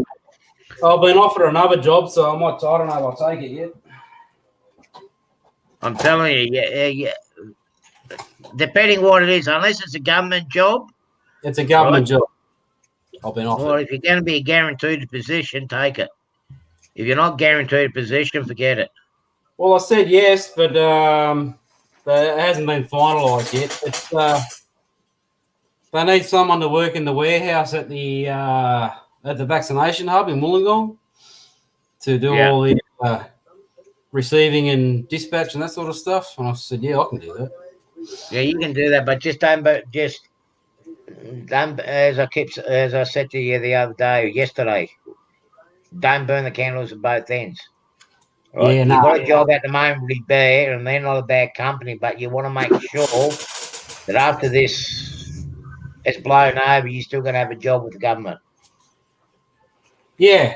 Well, it's an 11-month guaranteed fixed term contract, so I'll be Yeah. there for 11 months. Yeah, The job but you got to want. now, I don't know. Yeah, Like, I could finish tomorrow, so that's the way I'll look at it. But yeah. Well, I said to the girl on the phone, I said, look, I've got to give the company work for now at least a week's notice, even though I'm casual. yeah. Just to smooth things over a bit. Oh, a week or 2 weeks. Better off 2 weeks. Yeah. Because as I said, Bear is not a bad company. They've been around a long time. Yeah. Yeah, German company, apparently. They are, yeah. They do cranes, they do excavators, earth moving machinery, generators. Gosh, they're basically, there's nothing that they haven't got their finger in. Yeah. Yeah. So it's a big company and it's a global company. You can go anywhere in the world with them. So, Yep. I see him over here too. yeah. Yeah. I said, I'm just a casual painting the cranes. But that's how we all start. We all start from casuals and become permanents. Yeah. But, So- yeah, I don't know. Yeah, who knows? It's hard to Got know. Well, good luck to you anyway, Richard. Let us know how you go later in the week, eh? Yeah, righto. I better go, guys. Talk to you later. Okay. See you, Richard. See you later, Richard. Yeah. Not a bad guy. I've known him since he was a pup, basically. He's Grasshopper. just a little bit taller than that. Yeah, yeah. And his brother and his father. His father is one of the founding members and life members out of our local club. A very nice chap he is. Yeah, he's picked up from some of the old school modelers from here doing the kit bashing, as you've seen the work that he does, and he's doing a pretty good job from what he started from. Yeah, those As cars I all said, look I really feel nice. intimidated. Beg pardon? I feel intimidated. Why? Because his cars look really nice. Yeah. They look really good. Yeah. Yeah, I'm feeling a bit nervous because it's catching up to my standards. That's scary. But I mean, look, this is the whole thing about this hobby, isn't it? I mean, if you don't know something, you turn around and ask someone for help or advice or whatnot. You know, like he wants to try to get close to the player typical running, not exact the same rivets on whatever it is. He wants to get something close looking. But if he's not sure, he'd turn around and ask, well, like as you've seen that gondola, that compartment gondola, you want to know what the code of that was. Yeah. Honestly, I don't know. I can't remember. I think they used to use them on the. Actually, I think they use them on our steel trains down here when they transport the coils of certain types of steel. So, Say coils, but yeah. well, within our state, you see, they were able to take the coils all the way up into Brisbane on standard gauge. Yeah. And that was more for the northern traffic than going to the southern traffic. But I can't remember what. I know they used them in our local steel mill. And they were unique because a lot of the older gondolas, what they did was when the shipping containers started coming out, the 20 footers and 40 footers, they used to drag them away from the steel run and put them on the container service. So the steel mill there'll be shortage of freight cars down here in the steel mill. So they would have cut them up so they can actually have enough steel wagons. A lot of our flat wagons that like the ones that I had on my flat car challenge, a lot of our container wagons and whatnot were actually livestock carriages. Okay. Where they're actually what they've done was they've taken the cages and whatnot off the top, cut the floors out, and just used the bare chassis and put the container pins down on it because they already had the chassis there. You see, the moves the buffers on them as well. And then when they started doing the quick transfer with the containers down at Melbourne to get down to Hastings, they use those same cars, and there's gradually they replace them with new ones, but there's still some old ones floating around here at our local yard. Yeah. Right. Yeah, so it'd be good to see electric trains come back. I was hearing something, Mel's. I was hearing something they were talking about putting electrification back in on the Moe Morwell line again. Have you heard anything more about that or not? Well, I haven't, but don't know. I haven't seen anything, but I don't know. Yeah. It'd be look. Certainly, the V lines are so much nicer to travel in. Those new ones that they got down there. Yeah. Yeah. The little diesel ones, they're really nice and comfortable. I've actually seen the WA Prospector. They're using the same units over there too. The Prospector used to be a modified US Bud car, powered Bud, but then they using the same units as what they got in the V line in West Australia, in Victoria now. Oh, you haven't heard nothing more of it, Mel. So they must have swept it on the carpet then. I think 'Cause I lots of remember- things swept under the carpet because of COVID.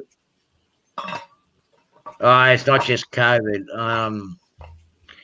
I know there was a big mess up they ended up discovering when they were working on the East Link. East Link? Yeah, the East Link.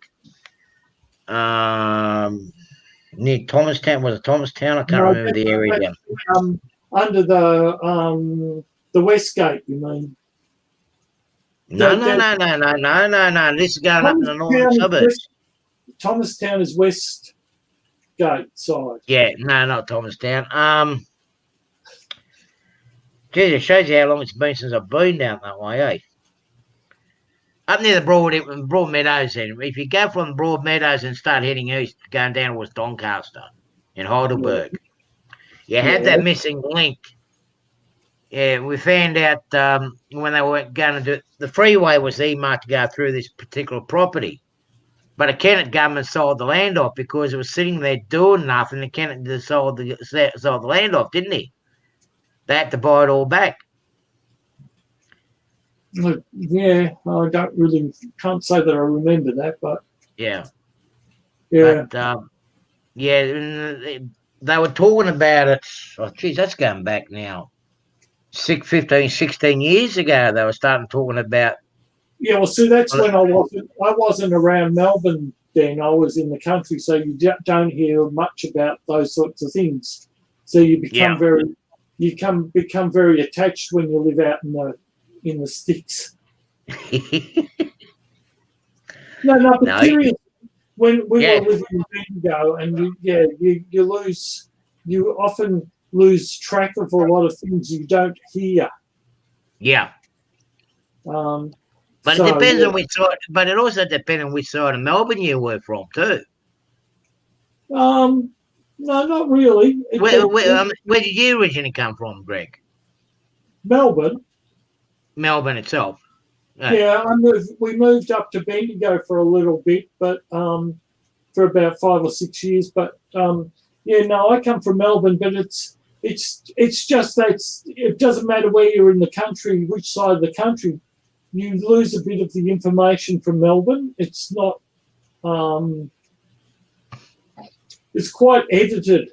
Back in those days, it was you didn't get much, and it was more local. Well, I didn't find that so much when I was living down in Melbourne. Yeah, it depended on which side you were actually at, which I found. Like when I was out towards like Hallam and down that area, and also, I travelled a lot down to Moe and Morwell through that Gippsland ever since I was 6-7 years of age, right? They have a particular news of what was going on that region, but you didn't hear so much what was going on in the western region. But when you go out towards Sunshine and out through that way back then, you were hearing more about the expansion and everything that was going on that side of the city. But you didn't hear it on the east side. When we were in the country, we didn't have Melbourne News. Yeah. Right? So when I was there, we only ever had local news. Yeah.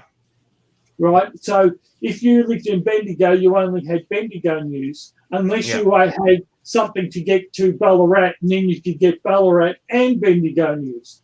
But there was no Melbourne news. So there was quite a few years where you lose track of things because you don't actually hear them. Yeah. Yeah. You see, up here, we've got the... up in my area here, I'll get the... on Win, or Channel 9, I'll get the local news first, which is basically from the outskirts of Sydney, and it covers right down along the east side of the escarpment, right down the Victorian border. Yeah. Right? That's our region. So we get all the most of the news along here, or within Wollongong and then south. Things run down south, you hear more of, if it's a matter of importance. Yeah. Then after that, we get the Sydney news, which becomes a national and international news. Yep. We've had them both. What happened back in the hang on, Mum died in 92. Back 1992, 91, aggregation came in. So what happened then, because I had my own business running TV and satellite and antenna business. Now, I used to do, before then, early 90s, I used to do what we called 8, 6 and 1, which was Ballarat, Bendigo and ABC. Now, I used to do 3 jobs a day that paid not only my wage, but 3 other guys' wages. Aggregation came in, and that allowed you to pick up Melbourne, which we thought was going to be great. However, what happened was 15 different companies who were cowboys moved in. Yeah. And we lost a lot of the jobs. But that aggregation then brought local and Melbourne news. But up until then, you only ever had local news. So that's what aggregation did bring. But that wasn't until the mid-90s. And that was a pretty tough time. Well, I mean, back in that period, there was a lot of, it was a difficult time, but there was a lot of chaos being thrown out in through the businesses, through everything, media, through retail, through manufacturing, transport, the whole lot. It wasn't just that; it was when Pyramid died. So Pyramid, there was, I forget how many, 54 million, 100 million dollars went out of Bendigo instantly. That Pyramid went down, and that's what killed all the business. There was one guy there who was a multi-millionaire and didn't have 1 cent to his name. All his shops and everything else were empty. Yeah. He had no money coming in because Pyramid had crashed. Everybody just lost everything. And the supermarkets in Bendigo, you used to have, 8 lanes open, and you'd go in the supermarket and you're lucky if you had 1 lane open. That's how much it hit Bendigo. So therefore, the onflow of that. So what I used to earn in a day, I couldn't earn in a month because of Pyramid. Yeah. I mean, a lot of things went. Yeah. A lot of things went haywire down there. A lot of things went haywire down there. I'm glad I was 92, 93. I think I was in Europe in that time when everything was turning up down here. I remember one day I didn't go to. My wife went to one of her cousin's weddings, and I stayed home and I worked till lunchtime. And up until lunchtime, I had made $3,000. Yeah. Right. I couldn't even make that in 3 months when Pyramid hit. It was just unbelievable. Yeah. Yeah, no, I was overseas at the time in Europe when war was breaking out in Yugoslavia. I was trying to bring my fiancée out at the time. Right. I was fighting with the Australian Embassy in Hungary and the High Commission in England. And, we won't go into that.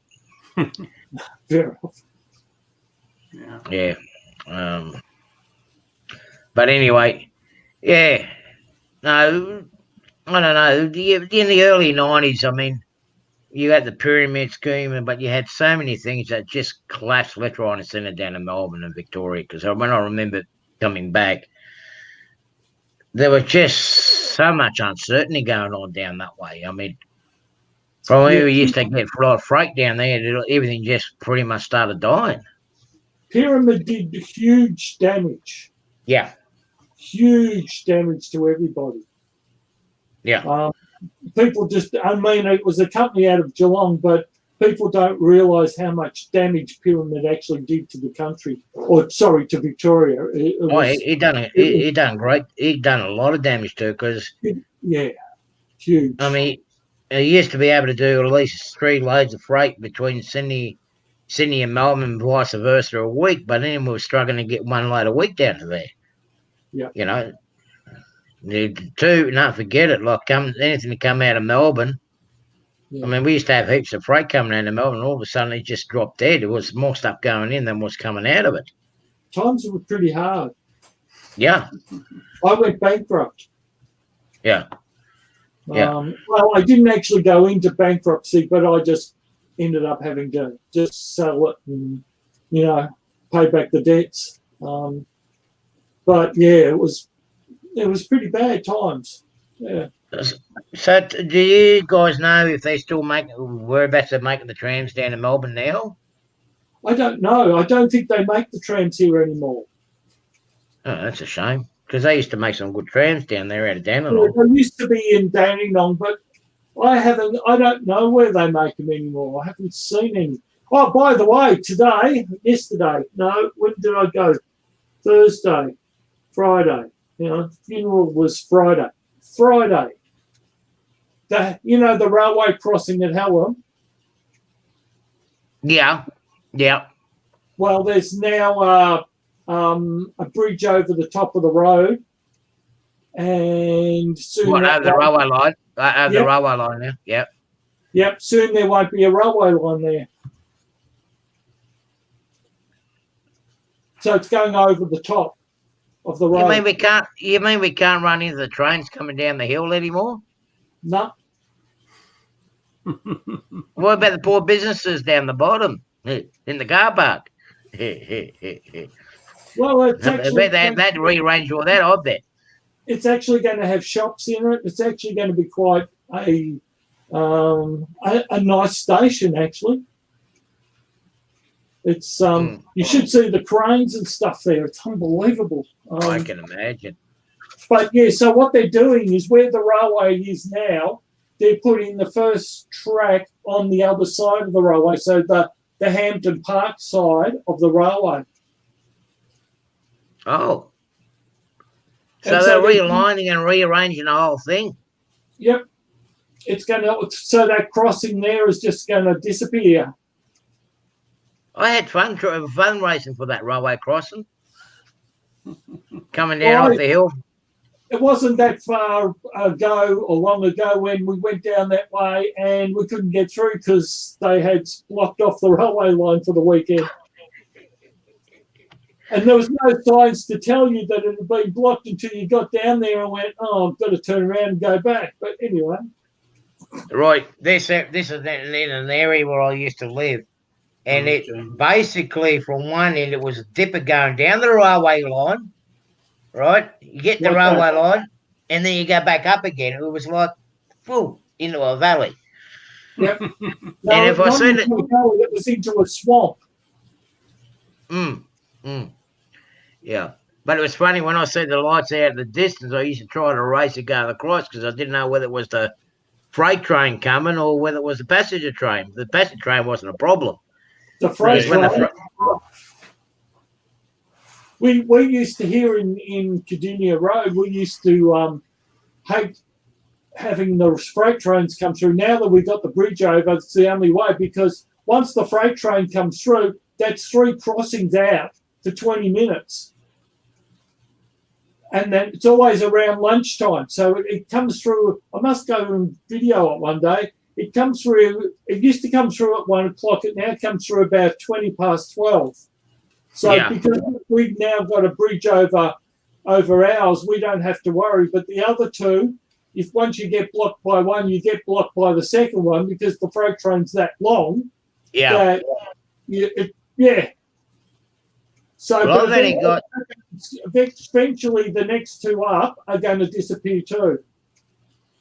Oh yeah, they're doing that. They get doing that just so the limit the accidents they have with the cars at railway crossing because everybody keeps on sneaking in between the boom gates down there. Oh well, that too. But there's a massive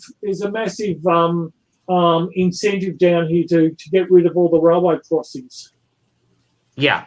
So there's I think 50 dangerous railway crossings that are going to go, and I think 40 have already gone. Like Springvale, that's over the top. There's a lot of them now over the top. Yeah, if they get rid of crossings, they can run faster, and there's less horns, so it's less noise pollution for the area. Yeah, but the other thing is also what noise pollution. You don't get much of you don't get much of a warning here. You only get one toot, and if you don't hear that, bad luck. Oh, they do the big long 4-horn thing here. Over there they do, but over here they don't. Yeah. Over here, unless you're in the outback. Yeah, there's certain areas where, especially like in cities, where the trains are going through like residential areas where they won't do the horns. They have permission not to, but you know, they have to go slow and stop at intersections sometimes and stuff like that. You see, with the trains that we got running between here and Sydney, because we've still got a lot of railway crossings between here and Sydney. There's two different horns that the trains have got. They've got a loud one and a low pitch one. Well, not low pitch. It's not so loud. Let's put it this way. You can still hear it, but you're not going to wake up the whole neighbourhood like the American train does. Yes, it does. We hear ours because we're only 6 houses from the railway line. We can hear it in the middle of the night because it just echoes through the whole place. Well, the one where I lived in Corrimal, which is not far from here, and I was right next to the main line, the main Sydney Wollongong railway line. The train horns will end up becoming so much quieter that you hardly heard it from where I was. No, you only just heard it within the railway crossing. When they started testing the new electric trains, we could hear them all the time because they would run them at night, and because they're being built outside of Pakenham, of course they run down our line, and you'd hear it all night, then go and beep, and it was so loud. It was just, yes, it was. The suburban toot that we got out of our trains here, like, you remember those old horns that we used to have on the push bikes, right? Yeah. They used to have the rubber end. You used to squeeze it and it goes hooter hooter. Yeah. Aruga. Yeah. Well, one of those little hooter horns. That's what they sound like. They're loud, but they're not that loud. You can still hear it. But a lot of the boom gates, like up in the northern suburbs, they turn the bells off. All you got is the flashing lights. You don't see the bells. You hear the bells. You just see the lights flashing. That's how crazy they got. Yeah, I can understand what you're saying. Yeah. Yeah, we hear that at night. They really, because the railway line through Pakenham is sort of in a bit of a dip. It actually does echo through. Yeah. Actually, I heard, was it yesterday or today? I think it was yesterday. Oh, I heard, okay, I live a fair way now from the railway line. But I tell you what, the horn that came out from this train, it was like, it wasn't America, it wasn't even Australia. It sounded like someone grabbing the throat of a goose and just squeezing it, And I thought, what on earth? The hardest thing was I couldn't pick it out which way it was going, whether it was going south or whether it was going north. If it was going north, I can go and get it. But if it was going south, no, I can only go so far. I wouldn't have been able to catch it. I've been here listening now for it, see if it was coming back up, but no, I haven't heard it. Yeah, but your horns over there, you can hear them miles away. Oh, yeah. Yeah. But, I don't know. What about Channel Road? That was another bad crossing. Did they change that too? Have they put a fly over that yet or not? It's between Noble Park and Dandenong. Yes, I know what you're talking about. I don't know. I haven't been down there. Springvale was gone. Not Chandler Road, Corrigan Road. Corrigan Road, yeah. Well, Springvale is up on top. No, it's not. Underneath. No. Hang on. Springvale is underneath. Springvale is under the road. Clayton Road is on the top. Yeah. So Clayton Road is gone. Springvale Road is gone. There's quite a few along there that have gone. Even on the Afghanistan line, quite a few of those have gone too. Yeah, because I think it was Chandler Road. That used to go down to Isaac Corrigan Avenue. Road. Yeah, Corrigan Road and Chandler. I'm not sure. I haven't been down that bit, but a lot of the really bad ones are starting to disappear now. So There used to be at least one accident a month there when I was living down there, or one every fortnight. Only because it was so busy. It was like a how would I say? It was like a double T intersection with a railway line going in between it. yeah, Right, and it was all congested. And of course, people wasn't waiting for the trains to go through; they were sneaking in between the boom gates, and they were getting cleaned out by cars. Yep. By trains, sorry. by trains. Yeah. Oh, still a lot of people get cleaned up by trains. Whereabouts was that? I didn't hear about that one. Whereabouts was that, Gary? He was saying there was a lady killed up where he is, up near Mosswell. Yeah. Yeah, but when you have a look, but when we listen to what they do with the train horns here compared to what they do in America, I mean, when I hear about cars getting hit by trains and what on the railway crossings, I didn't hear the train horn when they say, "Well, I didn't hear the train coming." It's like, how the hell you can't hear the train coming when I can hear it 10 miles away? It's people with really loud stereos in their cars. Some of it. Yeah, Some They're of it, just yeah. or they're just lying. But yeah. Yeah, well, they've been. Some have them so loud, yes. You can't hear yourself think, some of them. Oh, I hear them going down the street sometime. The main road, which is actually like a quarter of a mile away, you hear the cars thumping down the street. Doof, doof, doof music. Yeah, you know when it's loud when you can't hear the truck engine on the truck, eh? Yeah.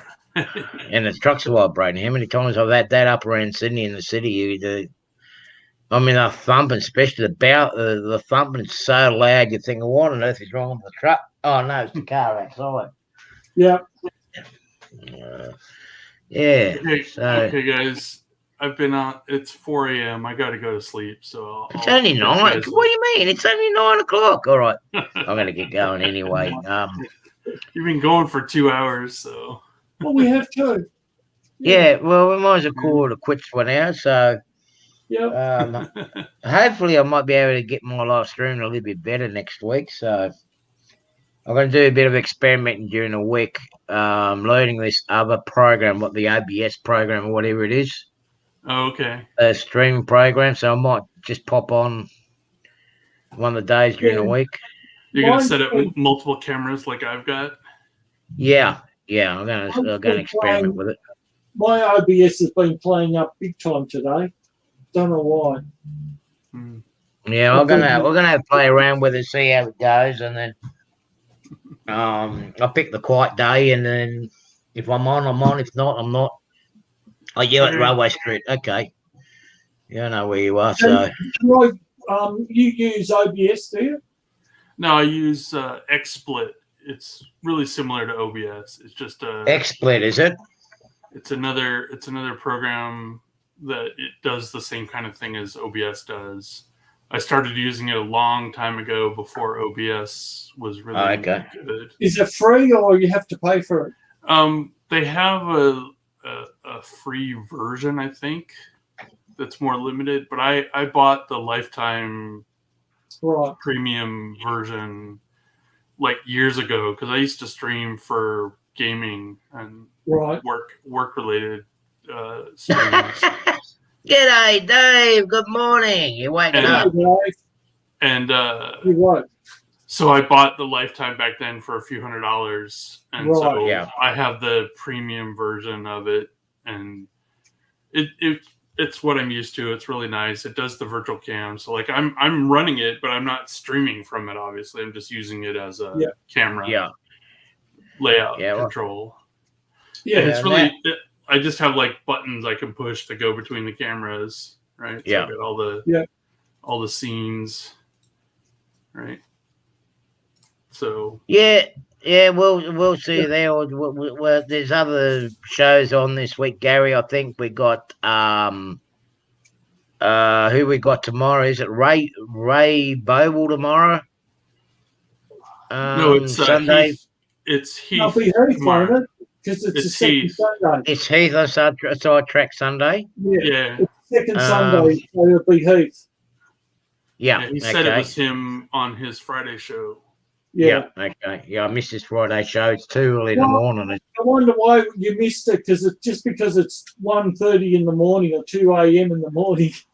I stay up till 2 a.m. to join your show. But you're different. Look, I've got to start getting into staying up a bit longer during the night. So, I have to get. But up I tell you early. what, for Heath's show on Friday, I have to get up early. I usually don't get up that early, but so you sleep in. That's why. Yeah. Well, it's 8:30 his on my time for his show. Yeah. On Friday. Oh, 8:30 a.m. Of course it is. Yes. Oh, it has gone. Yeah. Okay. Yeah. Sorry. Hey, Dave. Crooked River. I just saw. Yeah, Corrigan Road has I'm just gone. about to leave. Yeah, I'm not surprised. It's gone. Yeah. So I'm gonna drop out. I'll catch you guys later. Right, buddy. No problem. Roy. Yeah. Thanks. You're welcome to join in. I'll see if Dave wants to join in, and if he does, and I think I might tootle off myself. Now that I worked out what I did wrong with my wiring. What did you do wrong? Well, basically, what I did was, what I'd done was when I done my wire bars underneath, I made myself a little rack where I could actually just quickly hook up my DB20s into. But when I hook the wires up, I'll just turn it without losing a signal. You take care, Roy. When I've done the wiring on this end, they were connected. They were all hooked up properly to one spot. But when I hooked it up from the other end, I joined them up to a main buzz and not putting it up into the feeder wires on this. So I was getting a false reading. And I just could not work it out because right at the back of me, look, in this area here, every time a train came in this section, it would actually indicate that it was up over here as well. You know what? I'm going to say this, and I'm just going to say it. Go on. There is one good thing about DC, and always, I'm glad you had fun, Roy. There's one good thing about DC. You know whether you're welcome, Roy. DC, right? And I've come from DC to DCC, but the thing about DC is you know whether it's positive or negative. With DC? Yeah. Well, I didn't have the problems with which one was positive. But you can actually measure it. So you can put your multimeter on. See, my mate who's got my old one in Druid, so he's got 3 tracks. So when we have an issue, we go back to DC. We put DC on the tracks, and then you can actually measure where the voltage changes. Yeah. And then when we figure it out, we go back to DCC. Yeah. Right? Because he has one track that's DC and the other 2 are DCC. But by Yeah. using the DC, you can actually fault find better. Well, I managed to find the fault eventually. All I had to do was get underneath and start cutting all the wires, like how I done Yeah, the harness, whatnot, and just pulled apart and Yeah. go, right, A's supposed to go to A, B's supposed to go to B, but what I was having is like I was having A was going into A from this end, but A from this end was going into C, and D was going into A, and Yeah. but Yeah, well, I'm just but, saying that. but the thing was, it was still what the layout itself worked Yeah, because I still got to separate with my positive and negative. Basically, I use the red as my positive, the black as my negative to the Australian standard. Right, Yeah. so that's what I do right throughout, and so I didn't have to worry about touching the black wires at all. All I had to do was just trace my red ones and see where I went wrong. And I managed to get, I'm just tidying up underneath there now and just doing the earths and whatnot for the NCE unit. Yeah. Well, I've got to run a separate earth for the BD20s to work off its AIUs because it's not working because I'm getting a feedback when I'm using the mini panel. Right, so I've got to make sure I get the ground right on that. I do have an issue with, I think she's breaking a connection with the ground from the mini panel to my switchboard. Right. Okay. Here. Right. So I've got to fix that up now since I split it apart. Only other thing I've got to work out, which is this end here, is the turntable. I've got a block detector on the turntable as well. But the thing is, there's no train on it at the moment. And the block detector is going off, indicating there's a train on. Well, the So- best way to follow your earth is use a multimeter on ohms. Yeah. So you clip it on short, and then you run. You obviously no power on the track, right? Yeah. So you clip it on your black wire, and then run the other end around and go. Oh yeah. I use always handy things to have.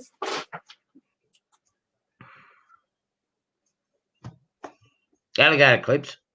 Yep. Because then you can go. Yeah, well, I've got and it join them underneath. together, and you can trace your earth using the alligator clips. So you just use it in ohms mode, and you can follow your whether your earth is earthing or not. Yeah, well, I think what it is it's drawing current through it. Because this Yeah, but goes by sentiment.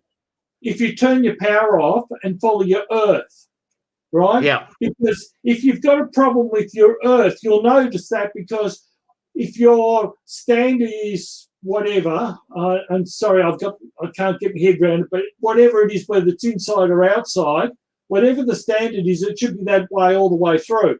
So if you come across a section that's not earthing, then you go, it's here.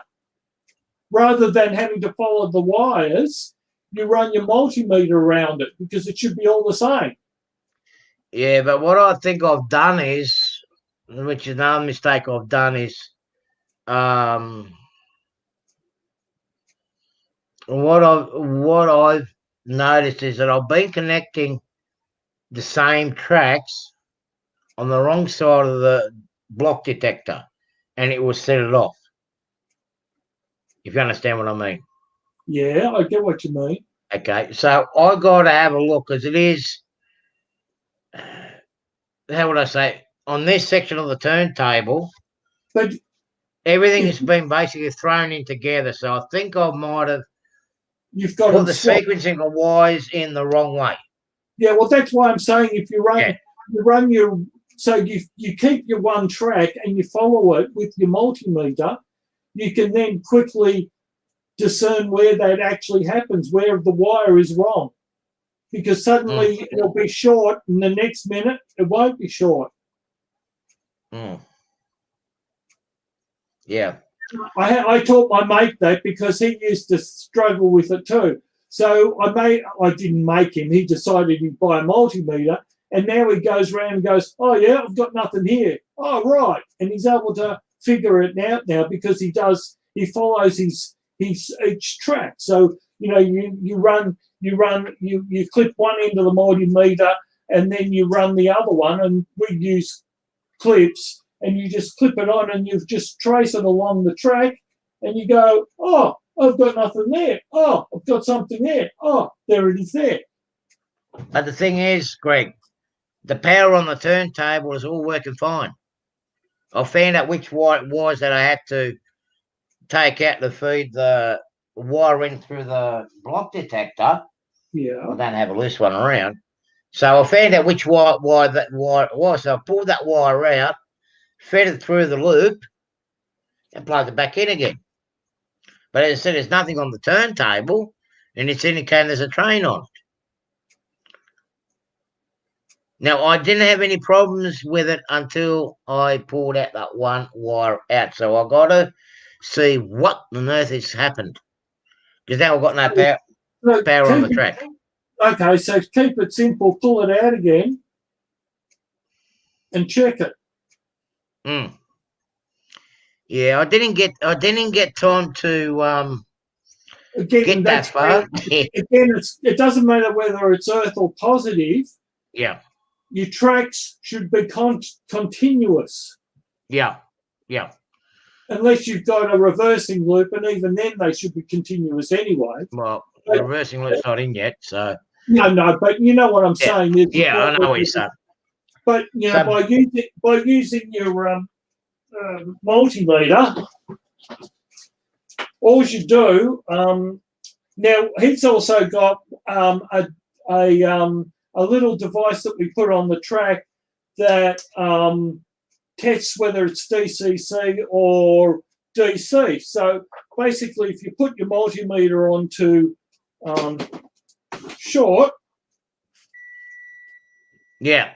I made one of those gadgets. I just don't know where I put it. So at least when you run your track, here we go. I've got a little bit of track here. Hang on, I've got a tiny little bit of track. But at least when you run your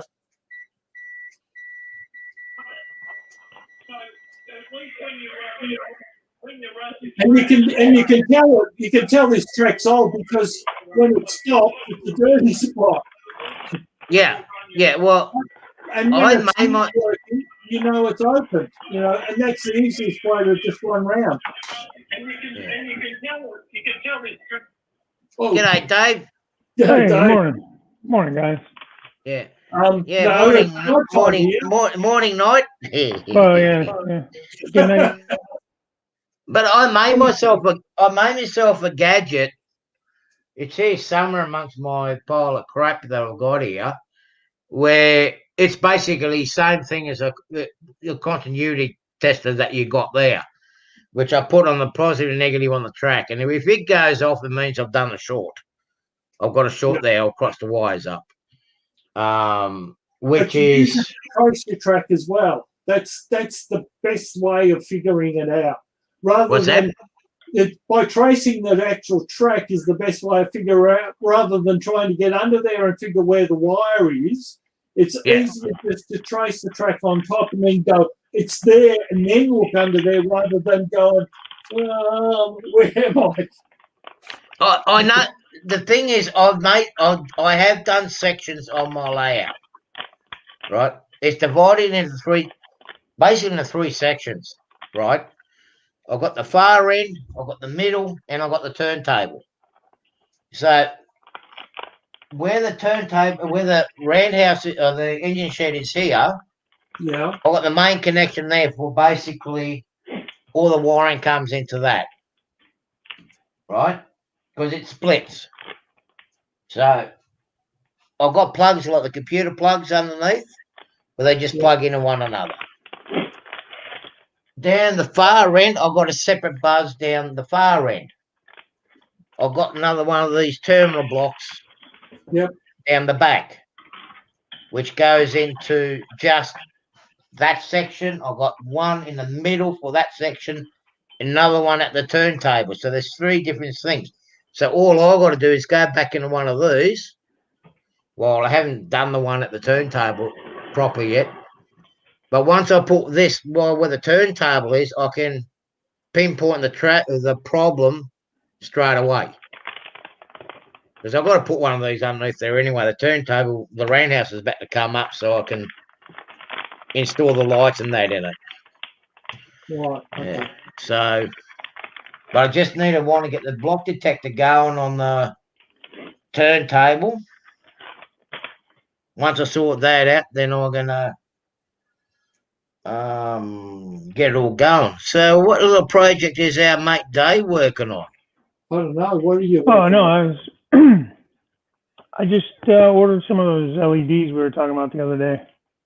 Oh, okay. So, that's the 3 of the bi-color. Okay. Yeah, Jason, So the train freak sent me a link to the ones he uses. So they the bicolor. Are they got the 3 legs or 2 prongs on them? 3. 3. Yeah, they're a lot easier to wire up, I think. Now, it came with a bunch of resistors. What did I just do with those? Yeah, don't use your 9-volt black battery. You'll burn them. Right. So I do need to use resistors for. Oh, yeah. All right. Oh, Yeah. Because they're only 3 volts. So normally what happens is red's 1.8. Green is 2.2. Orange, no, I can't remember what orange is. Blue is about 2.6. So volts. So I've actually started using. I'm actually at the moment using. You'll love this. You won't see it. I'm kind of new to this, so where am I putting the resistor? Am I putting one on? See what I've got there in my hand? That is Hang on. I know it's tiny, right? That is a LED, but there's 3 of them. So depending on how bright you want it, you've got on the back, I don't know whether you can see this, but on the back is 3 connections. I know It's hard to see, but that's very small. Those. There's 3 connections. That gives you 3 different LEDs, so you can increase the brightness. So you can have 1 LED, 2 LEDs, or 3 LEDs. That's one thing that I've started using. The other one I use is NeoPixels. What is it called? NeoPixels, and you can control the brightness of or control the color of the light by which connections you use, rather than actually using a LED. So on my, what have I got? Hang on, I don't know whether I can show you. My cameras have been playing up today. No, it's not going to work. No, His cameras can't handle the cold, Dave. That's a problem. Yeah, no. I was trying to be smart and do something else, and I was playing around and I stuffed it up. No, I can't show you. But yeah, I use them in buildings. So I've got where I use an Arduino and I make the building change colors with the Arduino. Oh yeah. And you can go green, red, blue, or anything in between. And the NeoPixels are, depending on what size you get, but they are multicolored, and it's just the way that you wire them as to how or what color you get out of them. So you can get a basic RGB, so you can get red, blue, and green in one little. Hang on, I was trying to find one, but I haven't got one handy. Here you go, Dave. These are what I use. I use a 300 330s, 360s. 330s or 360s, yeah. This came with 430 ohms. This came with fine. It's got with the 430 ohms. That's fine. Yeah, this came. It wasn't bad. It This is from Edge Logic. And Okay, it came with there's 100 of these little LEDs, the 3 prongs, Yeah. 3 millimeters. And it came with like 300 of these resistors. Oh, great. Now, Yeah. this is the question I have. I'm not very skilled in this, so where am I putting the resistors? I mean, where do you It's better. There'll be a common one, and there'll be 2 active. So normally hang on, a 3. The two so in the the 2 two in in one. you put the resistors on. You put it on which ones? The 2 in. Hang on, which ones? Just Yeah, can the you two just in hold ones. Those two in ones. the other way. Hold the top for me. It Yeah. has the, can you see that? It's got Yeah. 3 leads. Yeah. The two in No. ones there, Dave. The two Yeah, ends this you is- put the resistors on. The 2 end ones, okay. Yeah. This is, this is the bicolor, red and green. Yeah. It's supposed to be red and green. Yep. Yeah. So I put it on the 2 end ones. Yep. Yes. And in the middle is your common. Yeah. Yes. All right. I think that's right. Yep. I kind of was Yeah. thinking that, but I wasn't sure. Yeah. I I don't have a you'll lot find of if don't you- have a lot of practice with LEDs yet, so Yeah, Well, if you put it's all- if you squeeze them closer together, you'll actually see, right? Oh, where did I put my LEDs? I can splice Oh, those yeah. together. Not too good. You'll see the difference in the length, right? I'll just get one of mine out. All right, they'll be the same. So there's my LED, right? Yeah. You see, you've got 3 of them. The Right. longest one is always your common. Okay. Okay, What- you what get do your you- Sorry. Okay. Well, go on. Yeah, that's how this one is too. Yeah. Basically. So you get your power feed coming into the ends, right? With your Yeah. resistors on the ends. And that one there will be basically, you can say, like your black wire Okay. going into the one. middle one. Good to know. Okay. Like I said, I'm just getting into this stuff, so I should start, now that I've found my problem, I should start doing my, I'm having to start my panel end of the week. oh, okay. Okay. Now I could cut these leads down, right? Yeah. yes, you can. Like on the But play with, resistors. play with one first before you cut them down. Well, I will. I'm just saying that I don't have to leave them all real long and everything. Play with one first, because I always, whenever I get a new one, I always play with it in case I do a heath and blow it up, Yeah. rather than cut them really short and then go, oh no. And then you wasted it. Yeah. So it's better to do it. What are you using them for? I'm going to use them with my tortoises. I want to use them just for direction, like when All right. Yeah. which, I'm going to do green when it's straight, I think, and red when it's on the verging. Yep. Yeah, that's what I'm going to do. Easiest way to do it, I think. Yeah, that's how I'm going to be doing it. And what are these colors? I got to find my little helper guy. Have you guys still got Radio Shack around there or not, Dave? What's that? Is Radio Shack still about or not? Radio Shack. This These- one's a flashy sequencing. Oh, that's cool. Jack, I got to find that tester. I have to go on Amazon or something and find that tester you have there. Well, if you want one, let me know. I'll get one tomorrow for you. Yeah, Tomorrow, I'd love to have one. Well, if you want one, just let me know, because I'm going to I'm going up to my electronics shop anyway. So if you want one, let me know and I'll grab one for you. Yeah, what do they run? How much are they? Oh, what are they about? $11 or something. Yeah, if that. Do you want to put me up? Yeah, don't worry about it. It's only about $10, which is about $7. You can buy me a beer when I'm over there. Yeah. The shipping to get it here would kill me. Yeah, the shipping is $200. Yeah, Yeah. there you go. That's Arnie, UPS. put me up. I'll show him these Sorry. ones.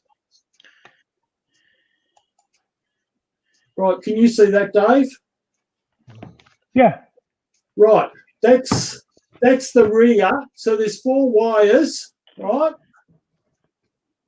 And that's the front, which is the LED. Oh, nice. And so what you do is you wire the common, so the minus, and then you put power on the plus, and you get 3 colours out of the one LED. Nice.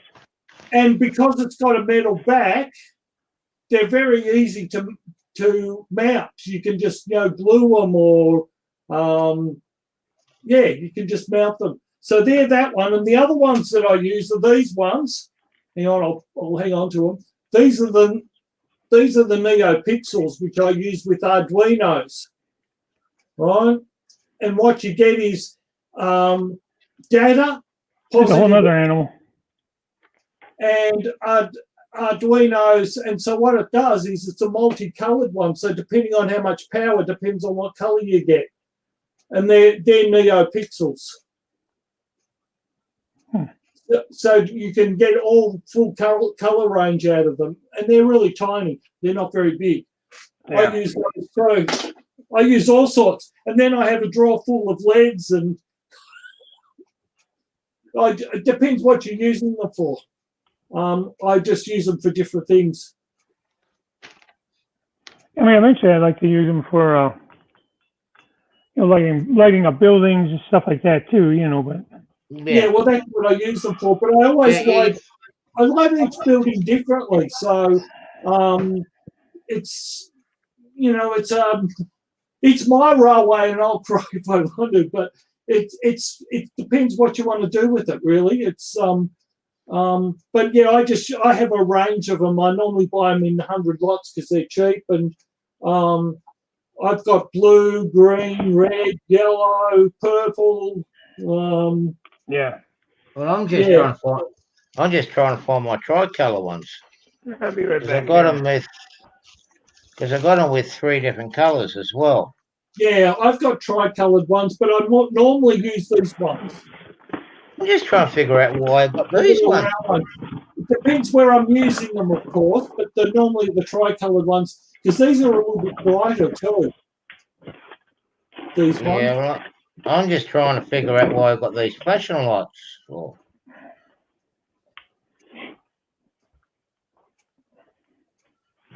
Where's it? It's got me bugging. I had to solder when I can't see what the heck I'm doing. Or I needed a set of hands. I had to go get my little helper guy. Yep. Well, I'll get you one tomorrow. I had me little helper guy. Yeah, see, that's cool too. This one came with like a magnifier, but I kind of painted it. Well, I had one with the light, and the light never worked. I just butchered it and rebuilt it, and I find this easier because I can. I got this thing up here that lights up. Yeah, I've got this one here. Yeah, this has got like a magnifier in it. I like it. I want to get those like glasses you could wear. The head glasses. Yeah. Look, I have prescription computer glasses. Not for what you're thinking of, not viewing. I'm talking about looking at motherboards. And I wear those, and they do me eyes in. They really hurt. So a normal computer glass might be an 8 font. These are 0.8 font. So they're for really, really tiny writing. Oh. What, ones like this? Dave? What's that? We can't see you, but anyway. You want one like this? Yeah, something like that. Maybe one that's I've seen them more. It's more like an eyeglass. Yeah, this one's got a light on it too. But the batteries go pretty quick on that. So I think I don't know if it was Wilmer or James Tedesco got a set that had like different. Yeah, it was James that did it. Different lenses that you can do different power on the lenses and that. Yeah, I'm looking at getting one of them too. Yeah, I was It's time for looking me at to getting go. one of those. So, It's about that time of year to get my eyes checked, anyways. But Melvin, 26 hours since you've been to bed. Really? Wow. hey, That's I really actually slept last night, man. I don't usually sleep long. I was 10 hours yesterday, and I was tired. I don't know what the hell. I'm still recovering from that damn flu I had. I oh, think. Like I still feel like I'm a little tired. But it's all right. it knocks you about. It doesn't matter Yeah. which cold you have or what flu you've got. It always knocks you about. It does. Yeah. Just bear with me. You guys will discuss this. So I've got to go to the little boys' room. Okay, well, you go to the little boy's room. The bathroom. Hope it all comes out okay. Yeah. At our age, it's not always a guarantee, you know. Yeah. So, what are you using these ones for to start with? For the what do you call it? The toggles I'm going to use for on the the switch machines. Yep. Because I'm going to make some kind of a board, I think, and at least for now. Eventually, I'm going to probably go to like JMRI and things like that, maybe a little more computer controlled. But for right now, I just going to keep it pretty basic. Look, it's one step at a time. Look, I've got to be honest. While I'm a computer guy, I'm not a programmer. Okay. Yeah. But there's enough stuff out there for Arduino that you can just. I hear so much good stuff about it. I just, for some reason, I'm confused by Arduino. I don't know why. If it's just not my mind working right on it. It's simple. If you look at places like I can't get the word, Instructables, or there's some Arduino sites. It is very simple and it becomes very powerful what you can do with them. But everybody has a different idea of how to do things, and look, I accept that.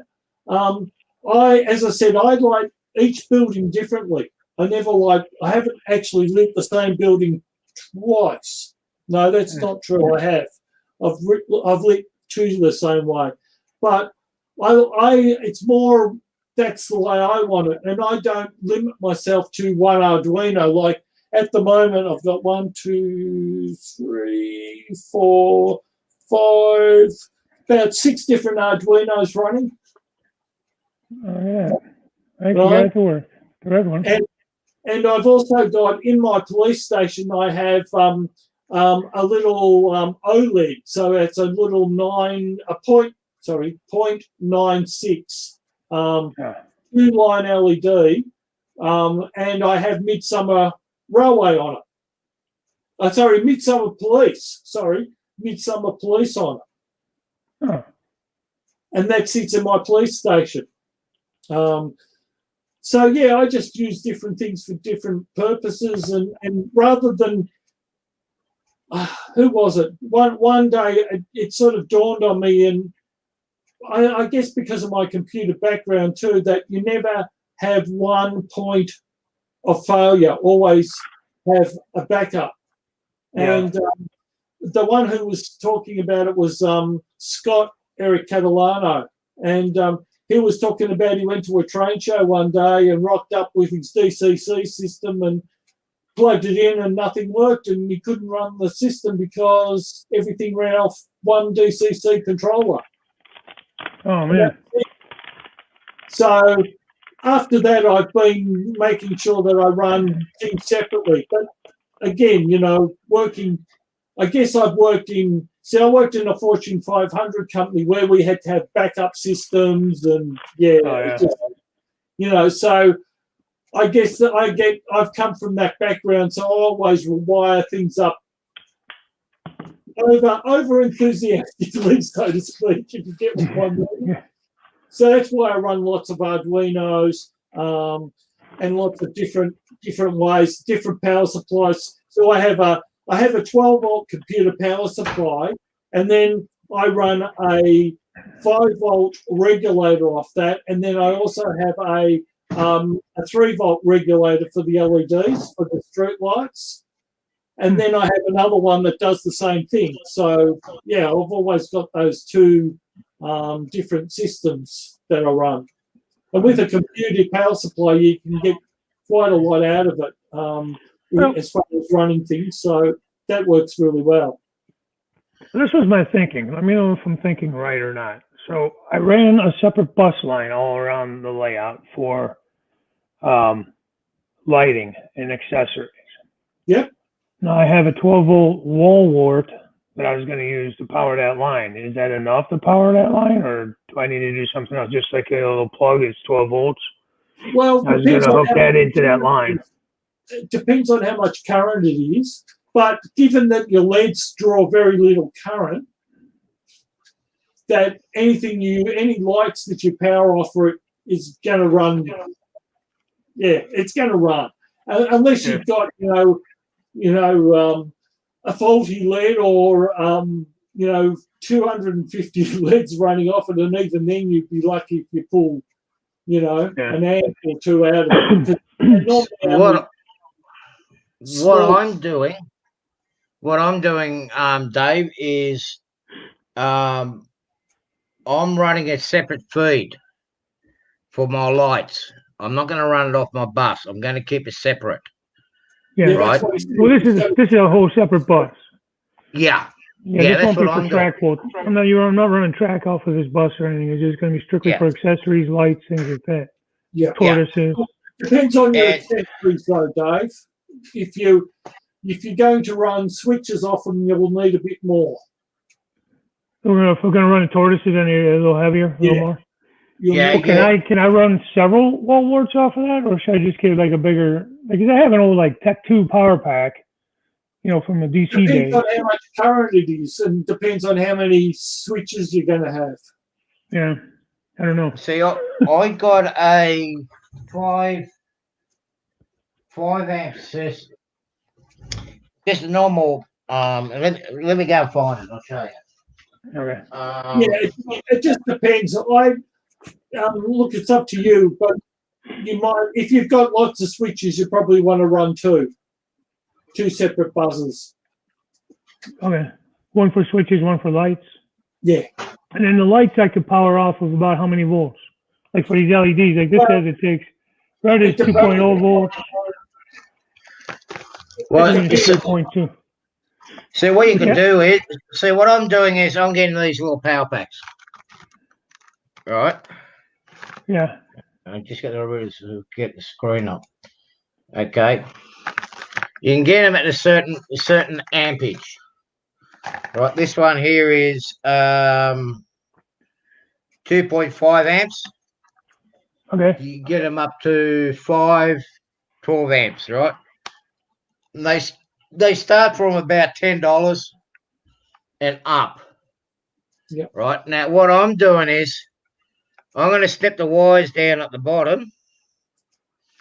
Right. This one's going to give me out 12-volt DC.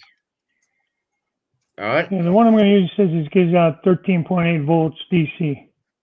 Yeah. Yeah, that's fine. You can always put a resistor in line. You can always find a resistor, or what I'm doing is I'm making these little circuit boards, right? Like this, similar to this, which is going to be a power distribution board. And what I'll do is I can reduce my voltage on this to whatever I want. Say I want 3 volts or 1.5 volts.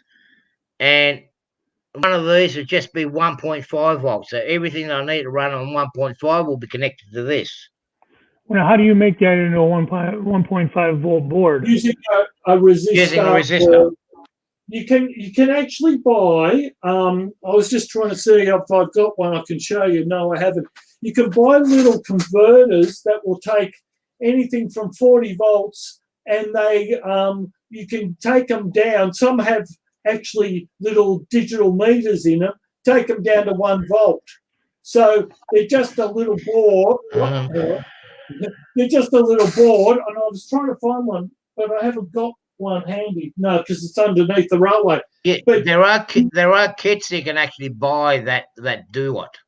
They're about like here in Australia, and I know that's dear, but here in Australia they're about $7 from Jaycar, and you just get a little pot or a little control with a little screw in it, and you adjust the voltage. So you can put up to 40 volts in and get anything down to about 1.5 volts out. Okay. I don't think they're making them anymore because I haven't seen them for a I while. just bought three. I bought three the other day. Oh, did you? Yep. That's why I'm saying I can't find any, but yeah, I bought three the other day. There is. You can buy. I'll have a look on the eBay because there is a guy. There is a crowd in China. Yes, there's lots of places, but Well, Yeah, and they've already got this. They've already got these circuit boards there, where you can actually adjust your voltage to it. Like you use that power pack. yeah, well, that's what the cars they have. But some you can buy because it's part of the Arduino stuff. So if you look at the Arduino stuff, you will find that you can get various power supplies that go with it. And some have little two display digits where you can adjust the voltage and you don't need a meter. And some, like mine, don't have that, but they just have the control. So you can just adjust it to whatever output you want. So I was wondering if I shouldn't just get into the Arduino for even to run my lights or something. Just use that strictly for Yeah, that. but you still need the power and you still need the... You've still got the biggest problem, Dave, is, and this is what gets back to, it's your our way and you do what you want. But Yeah, no, I get it, but that's why I'm asking questions because I'm not sure how to do this stuff. Some of it, it gets down to what you want to achieve and what you want to look. Like the Arduinos can do a lot for you, right? You can control lights, you can control multiple buildings, you can get little boards. It's a learning curve, but then everybody in model railway has a learning curve of some sort. no doubt. But it also gets back to that an Arduino, some run on 5 volts, some run on 3.3. You've got LEDs that run on different voltages. So you've got a whole range of voltages that different things run on. So, you've got your switches that run on 12. You've got, and you can use Arduinos to switch. In fact, I'll show you. That's a little relay, and you plug it into Arduino, and you can make your switches switch. Huh. There's a whole range of stuff, but they're all different voltages. So no matter which way you There's so much stuff to learn. No matter which way you go, the best way I can say is take one step at a time. So, do some lighting and then do something else. Don't do the two together because that's when you'll get confused. Yeah. Just one step. So if you're going to do some lighting, do the lighting because you'll know that you need under 3 volts. So I would set your lighting bus. I'm saying personally. My lighting bus is 3 volts, right? Okay. So I set everything to 3 volts unless it's running off an Arduino, and then it's 5 volts. But it's all about... Maybe I'll run another extra. I might run a separate bus line just for lights then. Because if you run your switches on the same one, you'll find that you'll get really confused, but you'll also draw a lot more current. And you'll find that your lights may dim. Yeah, because I think I'm going to keep my tortoises on that 12-volt line.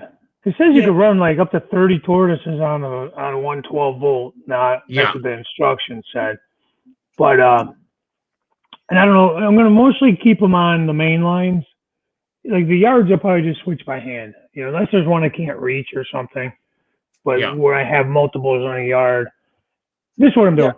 I'm drilling all my holes. I'm setting every switch up for a tortoise if I choose to do it later on. So I don't have to mess around later. I'm prepping everything. I'm putting them on the main lines as I go, and as I'm able to buy them, I'm buying them and adding them. But for the yards and stuff, I'm going to prep it so I can just pop the tortoise up under there. That's the way to do it. If I choose to go that route. Okay, have a look at this. Have a look at this, Dave. I'll just send it to you. I've actually got a couple of these coming. Hang on a minute. Let me get out of the full screen. I just sent a link. I've got about 3 of these coming. You do? They're actually a power distribution board. It's already made up, right? And you can adjust your voltage on it by a flick of a switch, Oh, okay. right? Like that thing, huh? Okay, Oh, yeah, and those ones. Yeah. now Australian dollars there for one. They're like the more you buy, the cheaper you get them. But I mean, one is say $22 Australian, which is roughly about $17 US plus your shipping. Now this guy here also has got a lot of LEDs and It's a bit lamps like and Woodland's scenic lighting system, but it's more do it yourself. yeah, and it's a lot cheaper. Like a lot of Much stuff cheaper. this guy's got is the stuff that you find with the cheap Atlas and the cheap Bachman stuff. Is these guys got a lot of that stuff there, Yeah, and they're quick in shipping. You if you order say like now. Right, or when you go to bed, you order it. It'll be shipped by the time you wake up. They're very fast, these guys. Well, that's why I was shocked on these LEDs. I ordered them through Amazon, and I think I ordered them maybe Thursday.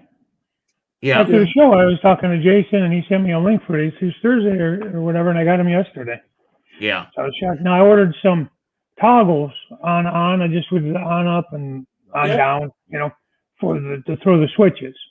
Now those I ordered, they're coming from China or something, so I probably won't get them till next year. Now, which ones do you want? Do you want the sprung ones or not?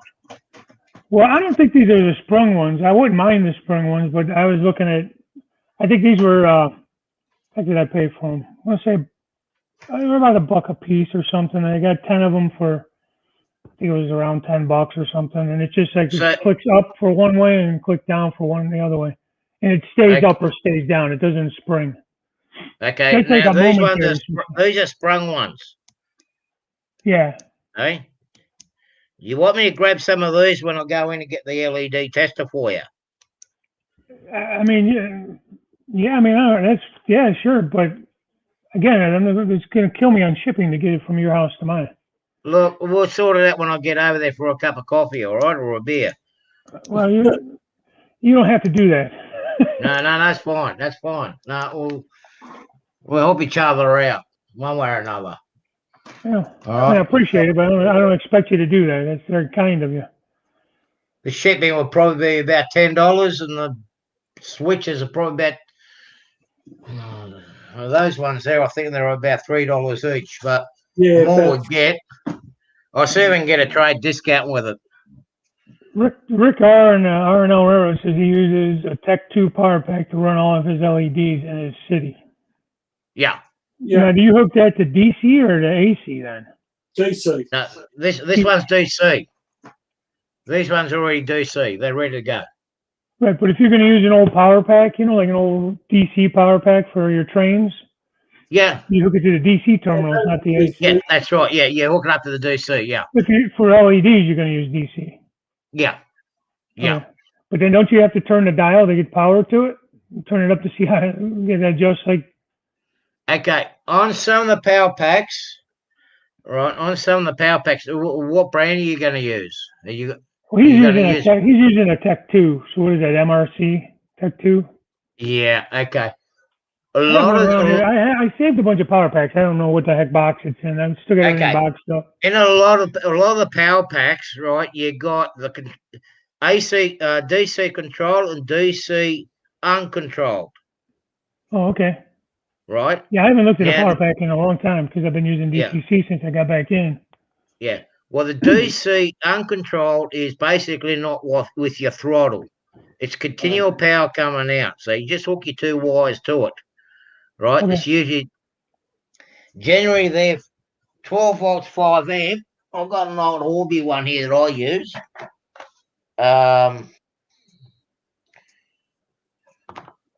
This is an old Hornby one. Let me enlarge myself. Yeah. You see, I got my. Yeah, there we go. See, I got DC control, which is with the knob. Yeah. Then I got the uncontrolled, which I can run all my accessories off, and it's 1.5 amp. Gotcha. Right now, I've also got 15 volt AC with 5 amp. Right. Okay. Because Now, some of the would British, you use the AC would be for what? Like the old bulbs, the old style bulbs? some of the old, or even the Pico twin coil switches, they actually run on. I see. They used to run on AC. Yeah. Yeah. You So see? Rick R says he actually hooks it to the track power and uses the handle to use as a dimmer switch for his lights. Well, you So can he do can- that too. You he'll can use control that. them out. Yeah, You I'm can just, do- I'm just reading the chat. That's all. Yeah, no, I'm here. You can do. There's a whole lot of tricks, Dave. You can do. So, Yeah. it's all about what is easy for you and what you your understanding of how to do things. It's, And that's what it comes down to for me. Sometimes my brain doesn't pick up one way, but it totally makes sense another way. But it's basically Yeah. the same way, just the way I'm understanding it. You know what I mean? Yeah. And I never was a big electronics type guy, computer guy. So this stuff's like talking a different language to me. I'm just trying to Right. pick up bits and pieces as I go and Yeah. hopefully learn it. When it comes to Arduinos and those computer programs, I'll throw that out the window. It's too complicated for me. Yeah. I know So Jim I'm Tedesco going- just bought a bunch. He just bought like a starter kit, a learning kit, and he's been messing with that. I may Yeah, do that. I've got a couple of them too, but I'm going back to basics and the basic electrics and the basic electronics to keep my system up and going. So, Yeah. I won't need a computer to run the layout. If my Power Pro, the command center blows up, all I've got to do is I can easily just add my DC controller to my layout, and I can still control it. Yeah. Right, instead of being DC. There's guys. Maybe that's what Midsummer Railway. What is your name actually? Greg? Greg, Yeah. yeah. Great. Good. Oh, I see it at the end. Okay. Sorry. So Greg, I don't know. Maybe you were saying this earlier, but some guys actually use the old guts or power supply from an old tower or whatever from a computer Yeah. to Yeah. power things up. You know. Because what a computer power supply does is it gives you 12 volts. It gives you lots of 12 volts. It gives you high current 5 volts, and it also gives you 3 volts. Yeah. All out of the Yeah. one, You know how many towers I've thrown in the trash over the years? I wish I'd have kept them now. and it's all color coded. Or Yeah. recycle, not the trash. You know. The only thing is there's one trick, and there's a green wire that you put a switch on, and you put that to the black wire, and that will fire up the power supply. Yeah. Nice. Right? And other than that, you've got sometimes there's 3 volts. I think there's very few, but 5 volts is a lot of outputs, and 12 volts there's heaps of outputs. So Well, with the new computers, they're going down to 3 and 1.5 volts. Oh yeah. Right. A lot of times. Now you have to times, use an actual tower, like a desktop. You can't No, use no, a laptop, it's can you? the power supply. Hang on, No. hang on. the power supply is a little box within inside the tower, and they're really easy to rip out. But an old laptop wouldn't have the same setup, would it? No. Laptop Okay. starts up a little bit different. Okay, a lot of times you'll see the thing that will go quick first on a One of computer my is the spares. motherboard. Dave, one of Yeah. my spares. Your spares. I wish I would have kept them. I swear I wish I would have kept them. Oh yeah. Right? That back is where you put your plugs in it for your power supply, your mains Yeah, in. well, sorry, I'll get it right. So, but you can actually when I get my finger around the right way, you can actually link two of them together. All right. Oh, two So you power supplies. Power in and power out. Nice. And then you have all these connections. Now I've cut out a lot of them, but all of these, which are colours, so all the colours are the same. So the red, I think, from memory, is 5 volts, and the yellow is 12 volts. And then all the black ones are just all earth, right? And then this green one here, as you can see, I've got little bits on. I've cut it out because I use something different. Mhm. That's, you just put a switch in between those two, and that'll switch the power supply on and off. There are other ones. So where are we? If you go to this one, that was done for something else. This one here is also a very typical power supply, and you'll also see that it's got orange, and orange is 3.3 volts. Right? Is it labeled on there what the voltage is anywhere? Or you just know it because you know it. You put a voltmeter on them. Yeah. I guess that's because I'm a computer guy. But No, that's one of the things I keep telling myself I need to buy, and I never think to buy it when I'm at the store, and then I need it and I never buy it. It's a good thing to have because you can, as I was saying to Artie before, you can follow a run because you get a short function in there that you can run around and go, okay, my tractor's got a short on it. I can measure it, or I can trace one of the rails and see where I'm losing power, because if you use what's called continuity. Yeah, I know. It should be part of railroading 101 is to have a voltmeter. My mate Dave, who lives in another Dave, he lives in Druin. He didn't know anything like this, and I've actually gone through and stepped him through it. And he bought himself a multimeter, and he can now figure things out himself. So if he's got a bit of track that he's got nothing on, what he does is, I've taught him to go back to DC because while he runs DCC, and he actually runs Arduino, right? So rather than spend big bucks on DCC stuff, he's running an Arduino that cost him 50, 60 bucks to run his tracks and JMRI.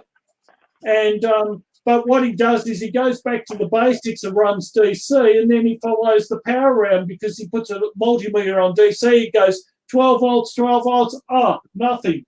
And that's the way he follows it. And the same. There is a guy. I can't remember his name now, but there is a guy on YouTube that actually has got a tutorial on this, Dave, on how to use one of these power packs on a train layout, and he described because he actually knows the power supplies, and a lot of the wires depicts a certain voltage. Correct. Right. But there's even a plug, Dave. You can actually buy. So I've cut the plugs off, right? Because I just figure it out, right? But if you keep the computer plug on it, so there's normally either a 20 or a 25 pin plug on it, there's an adapter you can buy that will break it out for you. Okay. Right? So you buy your power supply or a second-hand power supply, and then you go and buy this adapter plug, and it'll actually break out the voltages for you. So that makes it easy. And these are fairly high current power supplies for not much money. And they give you the voltages you need. So as I said, orange is 3.5. There's the green one that you short out with just one of those normal switches. You put those two or put a switch in there, switch those two, that switches it on and off. And then you've got and every set has a set of black. So black is common, and the black is just all common. So you can use any black wire. And then you go, okay, 3 volts. We've got 5 volts, and you've got sorry, 5 volts, which is red, and 12 volts, which is yellow. And if you're not It sure, seems simple enough. I just gotta. I wonder, the guys, can you buy that power supply like that from an old computer, or is guys just Yeah. selling? yeah, Yeah. oh, yeah. People sell them Yeah. on eBay all the time. There are other ones. There are dedicated ones that are a real flat pack, but they're often very long, and often they just have fixed voltages out. Some have multiple, but they will actually have them marked 12 volts, 5 volts. There's the whole range of them, but just look on eBay. You actually, Well- one of these should cost you, a second-hand one should cost you nothing, and a good one maybe. There's good ones and good ones. Like you can pay anything up to $300 for a power supply for a computer, but you can also buy the cheap ones, like one of these, that'll cost you about $20, $30. Yeah. What you could, what I do is what I'm actually doing at the moment. One thing that normally fails on a computer is your motherboards, Hmm. right? 9 times out of 10, once the motherboard's fried, that's it, and they throw the whole computer out. Yep. And those power packs are not hard to pull out. The power packs will be fine. You can pull one of those out of an old tower, and they're pretty easy to pull out. Yep. So you can get one for nothing. You know, Yeah. if you've got a friend that's thrown out a computer Yeah. because the Actually, motherboard's the gone, other- just grab it and take the power supply out. The other thing you Yeah. grab Nothing. is the DVD drive. What is Because if you want to get really smart, you grab the DVD drive out of it, Uh-huh. and you pull the DVD drive out, and you use the gears, and you can actually motorize some of your, say if you've got a CAT a front end loader, you can actually use the gears and the motors to make them move. Really? Oh, Man, yeah. now you're getting all crazy. And that's simple. It's not rocket science, because if you take some of the mechanism, you can use the mechanism as it is, and you put magnets on it, and you can actually make them move.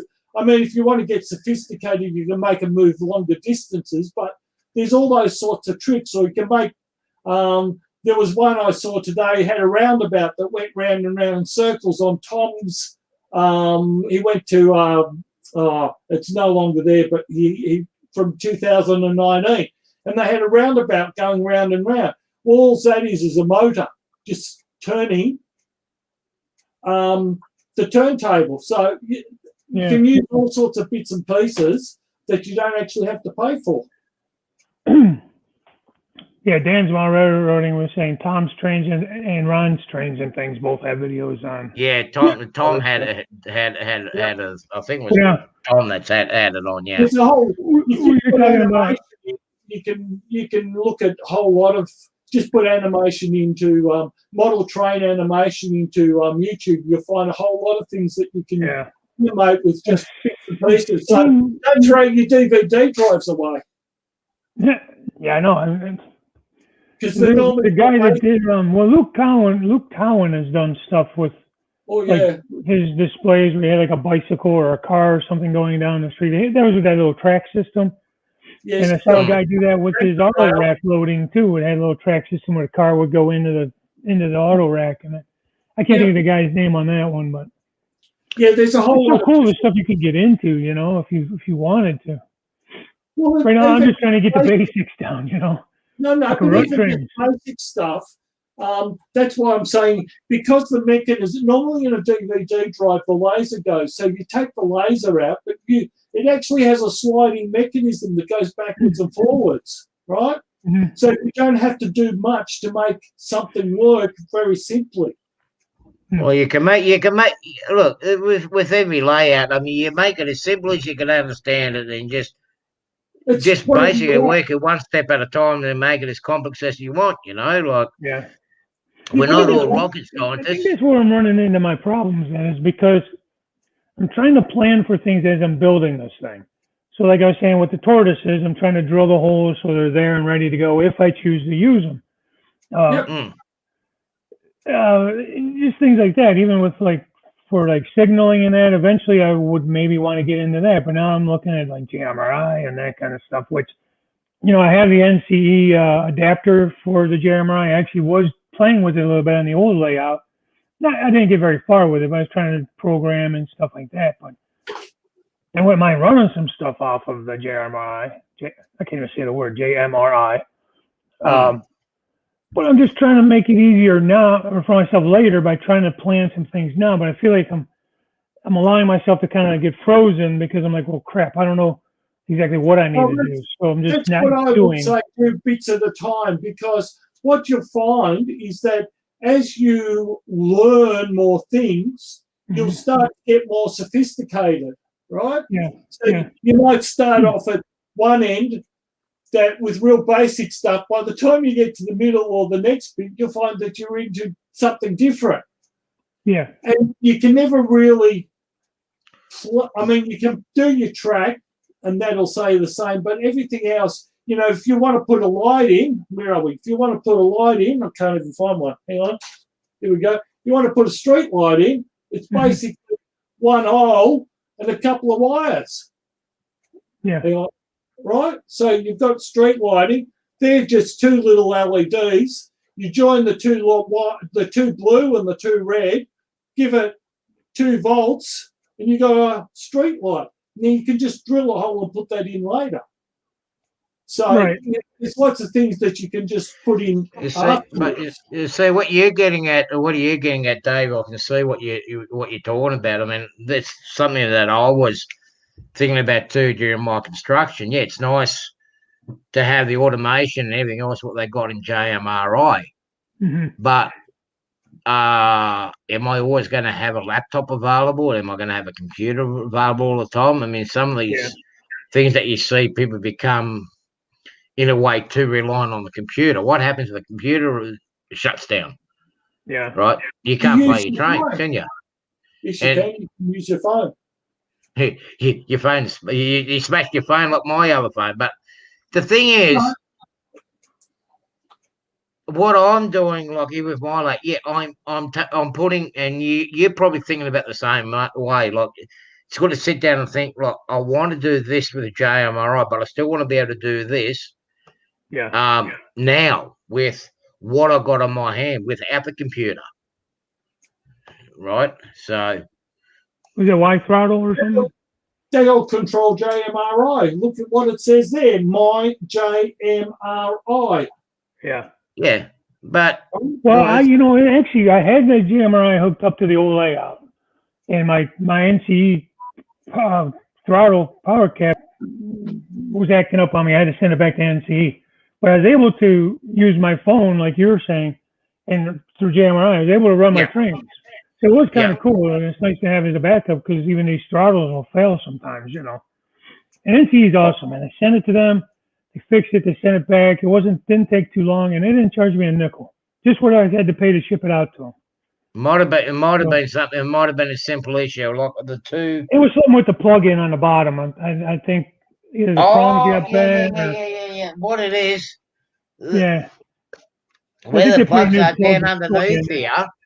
Yeah. They wear out.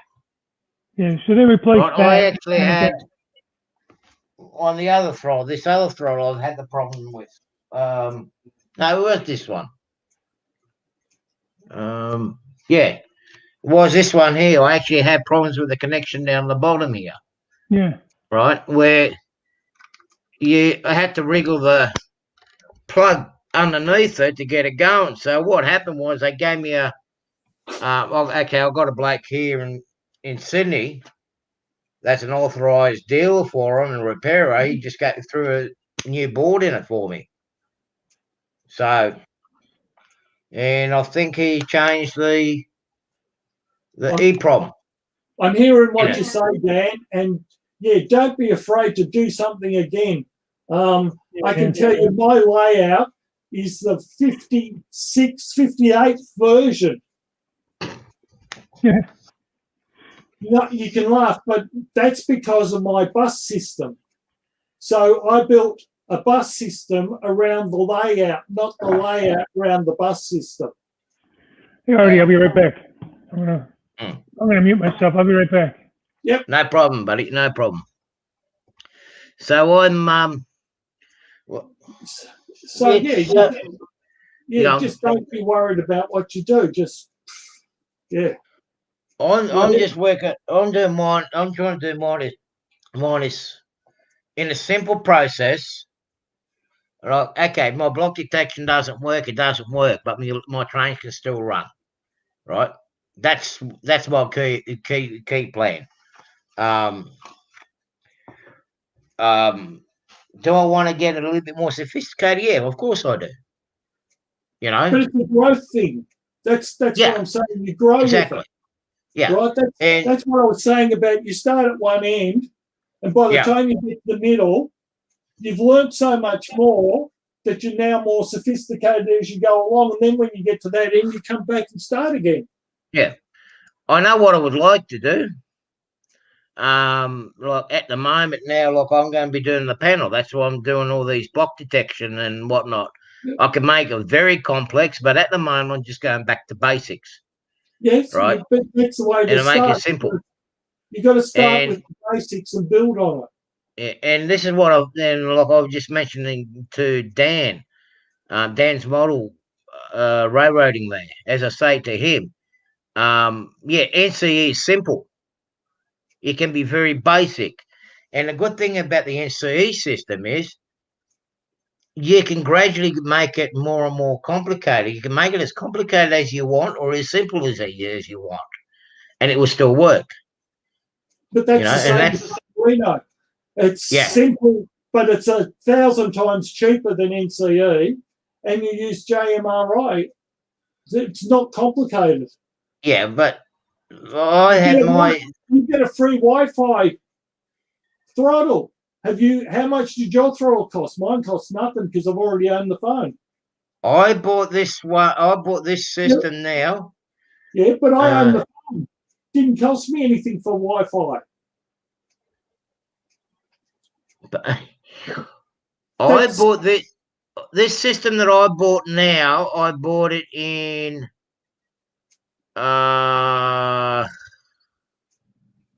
2015, 2016. Yeah. The upgraded one, the Power Pro. Yep. Right. The Power Cab I bought in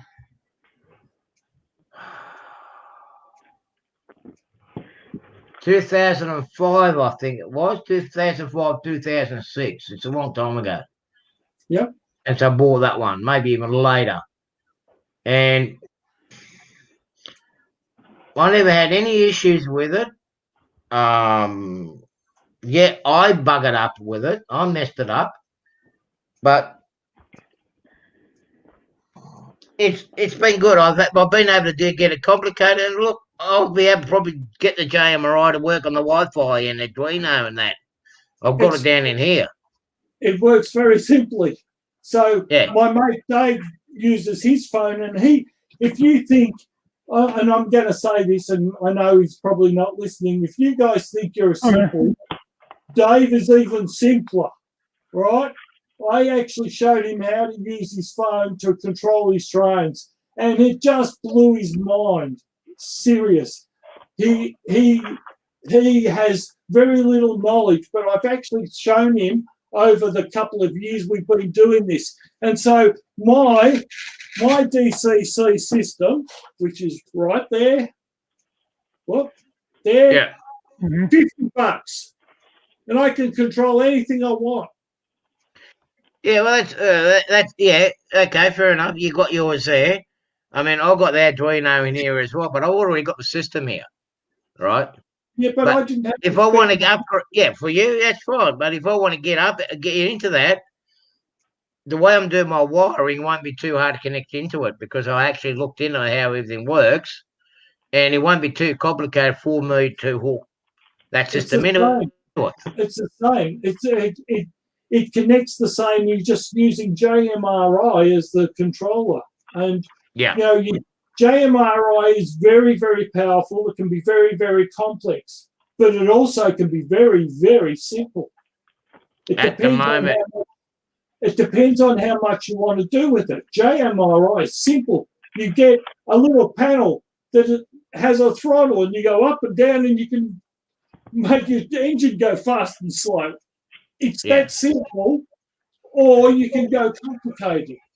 At this stage, It's at also this easier stage, to program. It's much easier to program because you sit it on there and you sit your engine on your program and you say program, and the engine goes and it's done.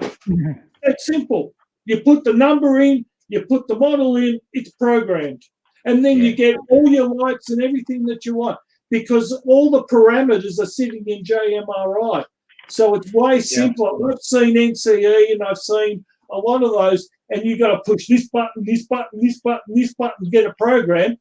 JMRI, you sit it there, you tell it the model number, you tell it the decoder, you set, it programs, and then in your controller, you get all the lights, you get all the noises and everything else. Simple programming. It's way, way simpler than any other system. At this stage, me and JMRI, the program's on my computer. At the moment, we are at loggerheads. I can't use the language and the profanity that I've been using it and calling it all sorts of names because the bastard won't do what I'm telling it to do. But that's probably because JMRI it's the way you talk to it.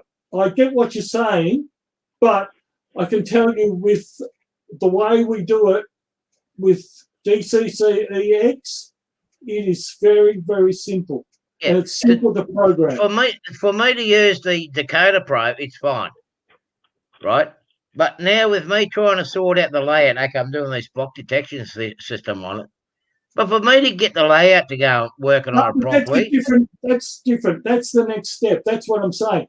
Yeah. To get basic stuff. I was talking basic stuff. Basic stuff with JMRI, it's very, very simple. When you start to get more complicated, yes, it becomes a problem. But it's also a learning curve, like everything else. It's the same when, you learn how to do block detection. It's one step at a time. Yeah. And, so the problem with, I don't know how many times I've had to end up redoing my panel, right? This is something I'm going to have a talk to probably Jason. But I've done my panel, right? One of the panels, the switches didn't work. The indicator on the switches didn't work. Yeah. On the actual panel pro. Okay, I deleted it. I started again. I've done another one. This time it did work. But when I'll follow. You're breaking up, so I don't know. Yeah. You've locked up, Artie. Good position. We quit listening, man. Yeah, okay. Something went funny then. All right. Yeah, I think the weather's about to change. But the panel that doesn't want to reload, doesn't want to load up. It's like, what's going on here? I wanted to tweak and actually put my. It's like what is this panel for? The Panel Pro to operate my layout on JMRI. Oh, okay. The Panel Pro is only a cut down. It's actually a cut down version of Decoder Pro. There's no difference. In fact, Decoder Pro is more complicated than Panel Pro. The problem is that maybe you're using a wrong version or it's got a bug in it. That happens. Have you got the latest version? That's always the first thing. Yeah. Because it should work. If Decoder Pro works, Panel Pro will work. Because Panel Pro is the simplistic version of Decoder Pro. Well, what I'm going to be doing now is this coming week, I'll have the wiring all sorted out, really going to dig in deep, especially since some items from the US is actually held up in Wisconsin. Is it Wisconsin? But see, the other thing, Yeah. it may be getting screwy because you've got a screwy issue in your system at the moment.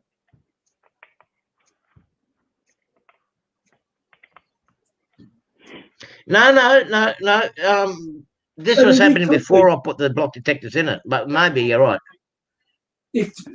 Because it should. You could be right. I'll have a look. All it does is read what. So as I said, Dakota Pro is what you actually get everything set up in. So if that works, it means there's probably a bug in the system somewhere that maybe one of the wires is wrong, or you have to have your layout working first properly. Yeah, but so Dakota Pro, what I'll find out to see is with Dakota Pro is to program your engines and your rolling stock. Correct. Right? Now, Yep. with that, I've got no issues with. Dakota Pro, I've got no issues. I can program my locos and engines and whatnot. Just Dakota Pro wishbone. is the simplistic version of Dakota Pro. I think it feels like the other way around for me. Yeah, it's not, because everything that you set up needs to be done in Dakota Pro, and then you do everything else. Your operation, you use Panel Pro. So yeah, if your Panel Pro is a bit dodgy, then it could be that there's something not right on your track. I can tell you, I had this huge argument with my mate who knows nothing about his layout, and when we sort out all these power problems, suddenly all the issues that he kept saying that I've got, this won't work for me, that won't work for me, suddenly they all came good, because the ultimate problem was his track had a bug in it, not anything else. And that was even with a standard, DCC controller. Sometimes, and we've even seen it, you laugh at this, and I'm laughing because I hear what I'm saying. This is not even Arduino or JMRI. He had a Hornby controller, and he was running one of his sound locos, and suddenly it went backwards in forward mode. Yeah, you got the wiring wrong way around. No, it wasn't. Same bit of track. It was a bug in the wiring. So when certain switch was switched, it was shorting out, and it was doing all sorts of crazy things. When we got his track and the wiring right, everything worked fine. And he kept saying, no. But all honesty, when I went through this with him with a fine-tooth comb, we got everything working properly. He has no problems now because he had a bug in his track. And what we did was, the other problem he had, and not what you've got, but he had, was he had the whole layout as one track. So he had 6 and 6 is 12, 14, hang on, 6 and 6, 32, 30, hang on, 6. He had 32 meters of track as one track. He had the whole layout as one track. So he had 6. So no block, nothing. 14, hang on, 6 and 6. 32. Up his track 30. And then suddenly he started to see things work properly, because he would go, oh, this block works and this block doesn't, right? Yeah. And that's where the problem came, because he had switches that were doing funny things to him. He had all these weird issues. Once we went back to basics, got the track wired into blocks, all those problems disappeared, and suddenly everything worked. His JMRI would work properly. So that's the one good thing that I've done with this section of my layout, and I will be doing it in the other bits too, because it was a lesson learned after I built that big one, is to make things in smaller blocks, not in bigger blocks, but making them in small blocks. Sure. Well, this one here is roughly about 13 foot long, and I split up in 3 different blocks. Yeah. So I was able to pinpoint where the fault was. And that's right. What I kept saying to him. When you've got your track divided up, you can go, oh, it works in this block and not that block. So you know there's the problem. Yeah, because as I said, I was able to detect it with this little block that I made, right, by disconnecting the main power supply on the main feed here, let's be positive, and he straight away will say, right, okay, this is where the problem was. Yep. Right? This is where my error was. Yep. And that's the whole thing. It's about, and if you've got a problem in a section, you'll find that will hiccup back through the whole system. Yeah. Yeah. And that's where JMRI goes screwy, because it's connected to the whole system. But if one bit's out, it can go screwy. Yeah. Yeah.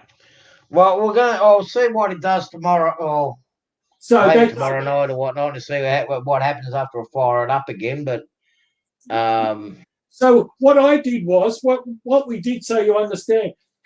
He was having bucket loads of problems before we did the Arduino and JMRI, right?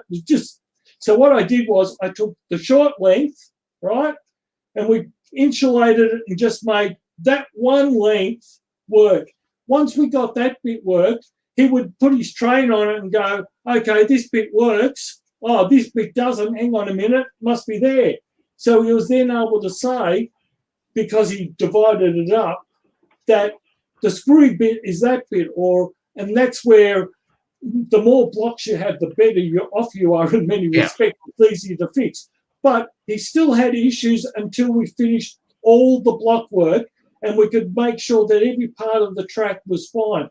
Once we knew every bit was working, then we had no issues, and that's when all the issues disappeared. See, I learned with the last one that I did, where I had one wire, and it was one wire hooked into the wrong buffs.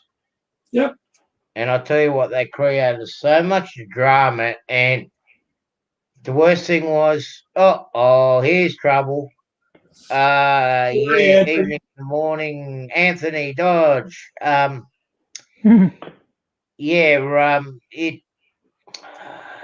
put it this way. It was show day, and the trains wouldn't operate. But they run fine the night before the show, but come to show day, they just did not want to go. Of course they did. It kept on coming up as a short. Yeah. You know, and this was an air show, because so you can imagine at an air show, how many people are around at an air show? The place is packed. You know, and we missed out a lot of customers, didn't we? Yeah. It's because of that one wire. There's some fool hooked up in the wrong spot, but I won't mention that fool's name, eh? Yes. All I can say is, as Forrest Gump says, shit happens. Yeah. We managed to rewire the layout within about 8 hours. Let's put it that way. We went back to basics, but lesson learned, and just making sure we're not doing do the same mistake again. Yep. And to answer Dave's question, is just you can't always preempt what you're going to do, because things will change.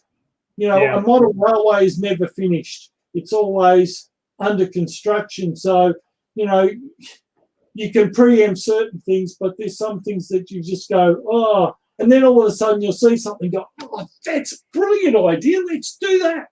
And then you put that in. It's just the nature of what we do is it's ever changing. Yeah, just in theory, I was hoping to get, just some stuff planned in advance, but that's okay. Yeah, well, but you see, I'll drill a hole. But see, I've got European blood that we call over here in Australia a WOG, and we're lazy. So we're gonna have to. We always come up with easy, simple inventions to make it as easy and simple as we possibly can. Yeah, that is the Australian way. Is just to do it easy. Yeah. So we get the keep it simple, stupid. Yeah. KISS method. And then, if you need to change, you can change it, and it'll be easy to change, and you'll find the simplest solution. Yeah. You know, we it's just really- we do the planning stage at the beginning, and you scratch your heads, and then you think, oh, what's the right way to go? Which is the wrong way to do? Just pick the easiest track for yourself. because Well, it's all I'm Now- about trying what to keep you it want. easy. Now I that's- worked out why I got those multicolored flashing LED lights now. Why? When I was doing my layouts and whatnot previously, it was going to be some are going to be for those Christmas trees. Reeks. Running made it out of optical fiber cable All right. Yep. and turn it into a pine tree. Yep. Right, and have these LEDs on the bottom of it so they actually change colours. Yep. Right. And the other one is it actually make a good lighting effect inside a building. To be it imitating a TV screen going off. If you know what I mean. You know, because the TV changes between I've red, seen green, somebody do blue. that. Who did that? Yeah, there's one I've seen that you're right, Dave. There's one somebody's got a TV screen in one of the Yeah. At least the light's flickering in there, like Artie's Yeah. talking about.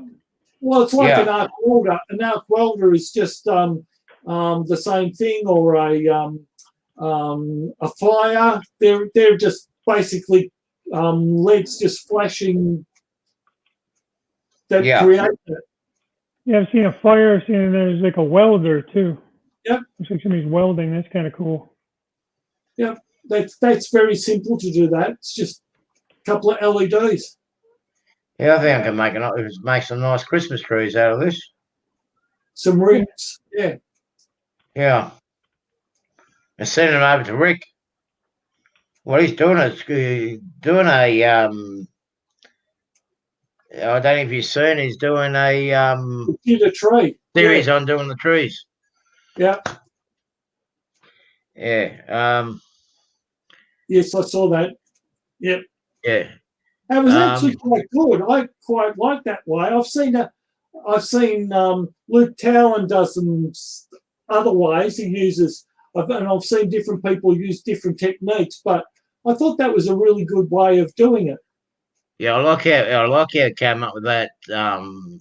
Utilising doing those fine end the branches at the end. Yep. I mean that was a good idea, but actually I made a comment to him. I don't know if you ever seen it, Greg. There was this guy. I think he was from Victoria. I think it was a Victorian model, or whether he was from Sydney. Epic Model Railways. He actually used chicken bones Chicken to bones? imitate to replicate a burnt out gum tree stump. You know how you got the gum tree stumps, and it's all hollowed out like you burned the edge of the you'll break the bone. Right, hollow it out, clean it all out, but you end up burning it a little bit more. And you just get that nice little char and whatnot on it. Mm-hmm. But Well, I've actually seen somebody who's actually used gum trees as a tree on the layout. There's a little layout that goes around the train shows here that's like it's like a puffing billy sort of, that sort of style, and they actually use real gum tree branches, the sort of the very fine one, take them all off, and they keep replacing them regularly, but they use them as a proper part of the tree and put flocking on to make it look like. I would never use a live tree on my layout again. No, it's a dead tree. It's a dead branch, but not. Oh yeah, the branch. Yeah, It's not green. It's dead, but they put the flock. On one of my layouts, I was doing a European Alps theme on this one particular layout. It was great. it actually, you had the illusion on the front and the back that it was actually double track, but it was actually continual single track with, I think it was 2 or 3 figure eights within itself, right? But on one of these pine trees, it's supposed to seem like the Alps. And I was walking to the yard to me truck to pick up my truck, and I see this tree at one of the neighbours' place, and it had like pine needles on the end of it. A real small, I can't remember. It's a really small leaves on it that's so yay big, but it had stems coming off that was looked like the actual pine trees that we buy from Nock and that. Then Fleischmann and Volmer and whatnot. So I thought, yeah, these would be good. They're nice and green. They're various sizes. So I cut down a whole heap of them and put on my layout. Well, about 6 months later, they started going all dry and everything started just to crumble apart, didn't it? Yep. Well, I I was just going to had say, either that or they had sap in them, and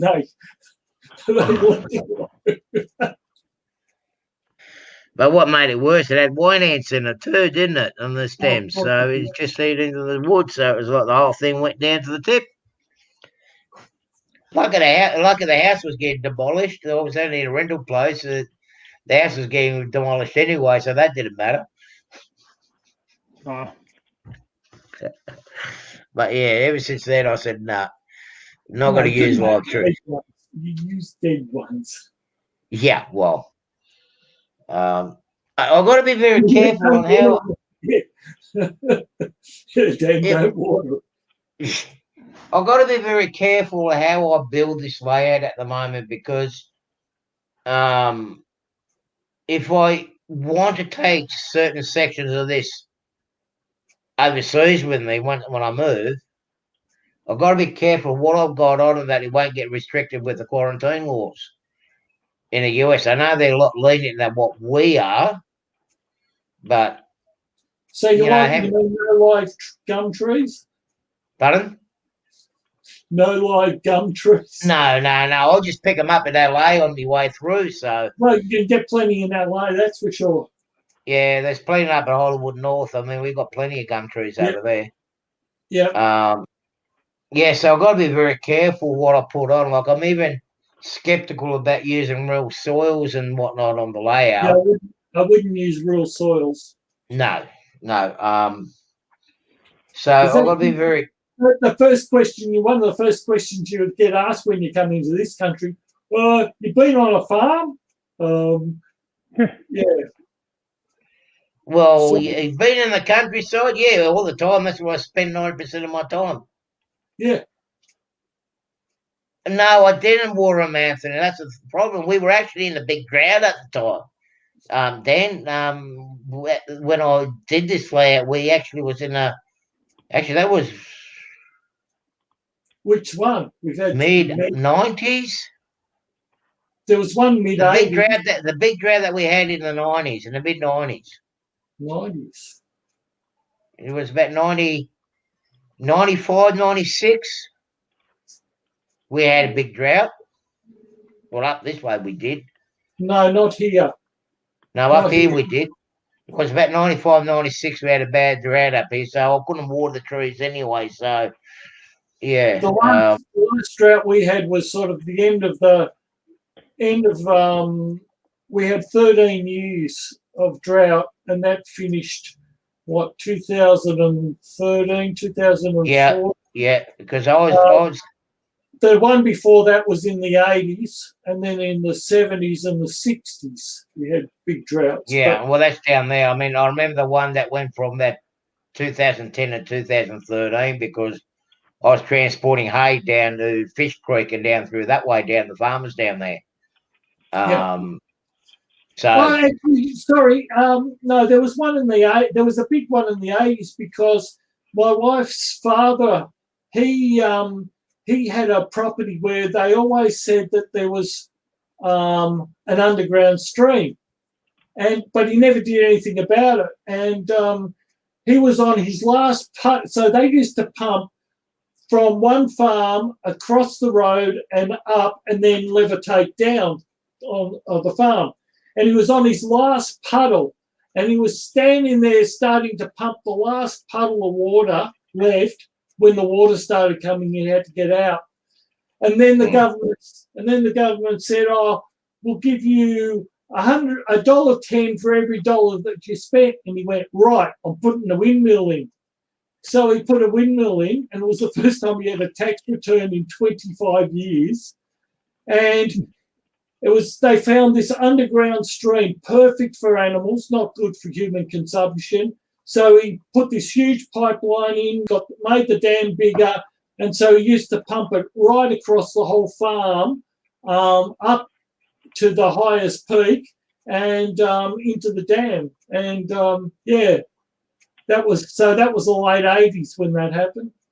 Yeah, well, I know we had a big drought up this way in, when did I get back from Europe? I think it was 93, 94 is when I got back from Europe. Yeah, it would have been about 90,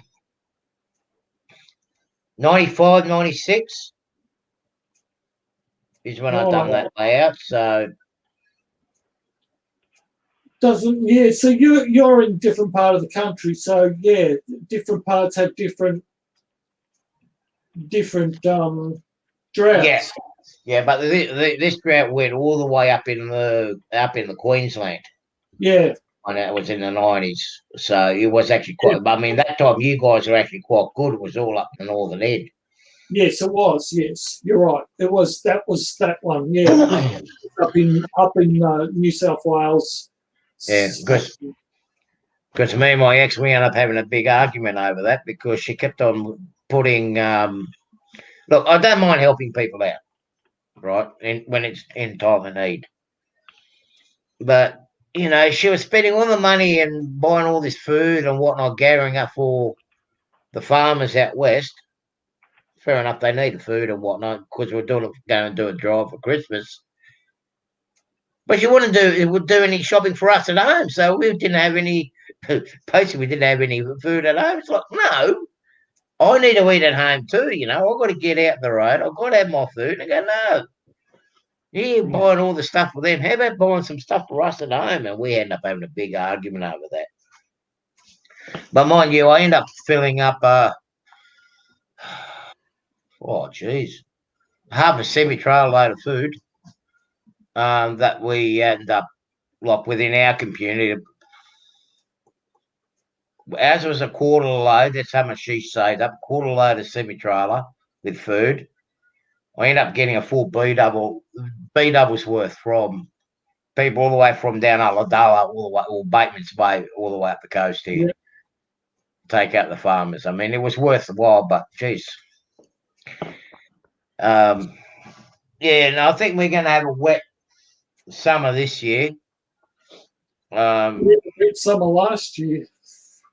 Yeah, we'll have another wet one this year. It's going to be all over the place, but yeah, if they had roots grown out of my layout that time, would have been all right. But you know what I was thinking? Here's a good. Once I settle down, this would be a good tree to have in having a layout. Some bonsai trees. Oh, bonsai. Bonsai. Yeah. They make good looking fig tree. Yeah. Now, I mean, you can shape them and whatnot. Actually, there was someone that actually did do. Was it up in Queensland? There was actually someone that actually used live trees on their layout. Okay, Dave. Sorry, Dan. Dan, sorry. Yeah, have a good day or night. Yeah, I'm gonna have to get going too because it's getting close to 11 o'clock. Yeah, wow, past your beauty sleep. Yeah, jeez, no more than a beauty sleep, I think. Hey, another 3 weeks away, and I might be able to have my hair cut. Oh wow! Yeah, the barber shop will be open again. Hey? I do my own. I wished I could, but I can't. I'll know in another 2 weeks about regards to my operation on my hand too. So that's all going to be.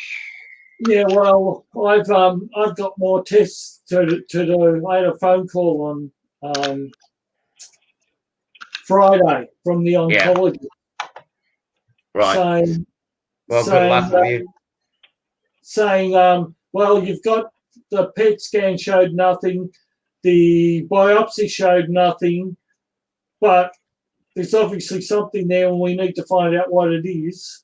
So you don't have cancer, but we're still going to keep an eye on it. And they're going to have another biopsy, so another 18 mil hole drilled into me, and another CT scan in the next week or so. So you're going to look like a piece of Swiss cheese. Oh, well, I've already got that many holes anyway, so what's a few more? Yeah, well, I'm starting to get starting to get, but I'm developing a problem up in this part of my neck area, in the shoulder area. I mean, with me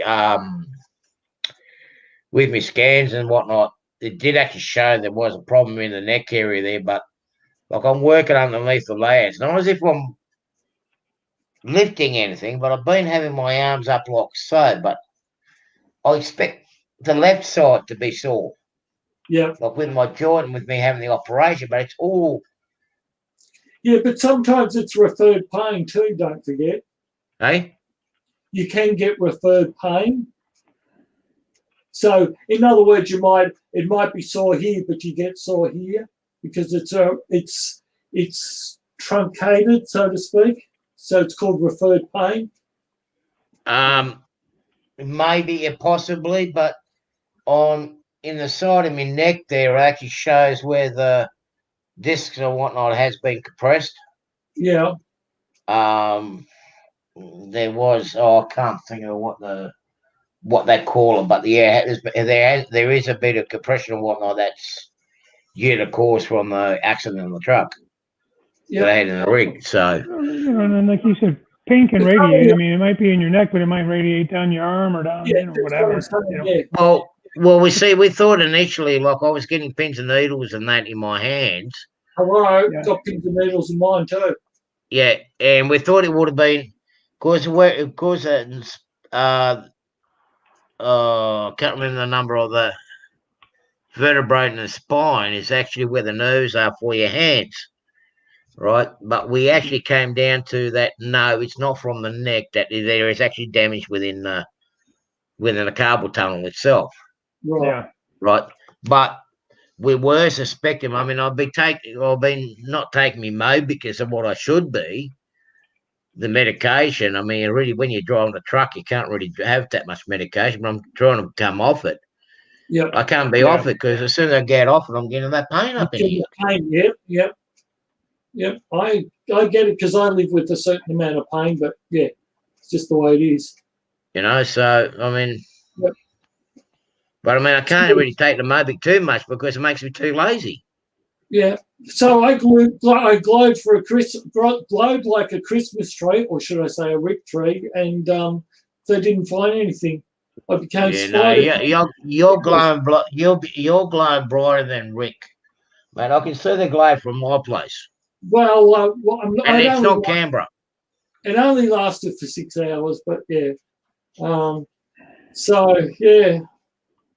Yeah. We just wait and see what happens. So more tests, but they're saying that it's when the two biopsies they took were it was nothing. It was like a pimple. Yeah, I like Anthony. Yeah, it's too late for the beauty sleep. Yeah, no, I lost that a long time ago. It's not that late here, Anthony. No, it's only 11 o'clock at night here, Anthony. The night's still young. Mm-hmm. Not that we're getting young, but no, it's only 9 o'clock in the morning here. What are you talking about? Yeah, well, there you go. Yeah, the day was turned, didn't it? I need to have my breakfast. I haven't had that yet. I got my beauty sleep last night. I actually slept 10 hours. I never sleep 10 hours. What? I'm still catching up. Huh? What's 10 hours sleep? I know. I get 4. I usually get about 5-6 hours. I'm good. I said that flu or whatever I had, they kicked my butt. I'm still trying to recover from that. That's the only thing I like about the flus. You get a good night's sleep at times. It knocks The other me one out. is anesthetic. Anesthetic gives you a good night's sleep. What? Anesthetic, you know, when you have an operation. Yeah, but When I had those 2 days where I was in hospital and had the gastroscopy and the colonoscopy, I slept like a log after those anesthetics. And then I went back to 4 hours sleep again. whatever they gave me for when I done my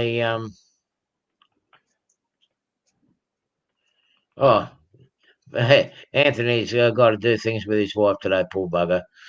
I assume he's playing tennis. Oh, here's the tennis ball. I bet you, here's the tennis ball or the tennis racket.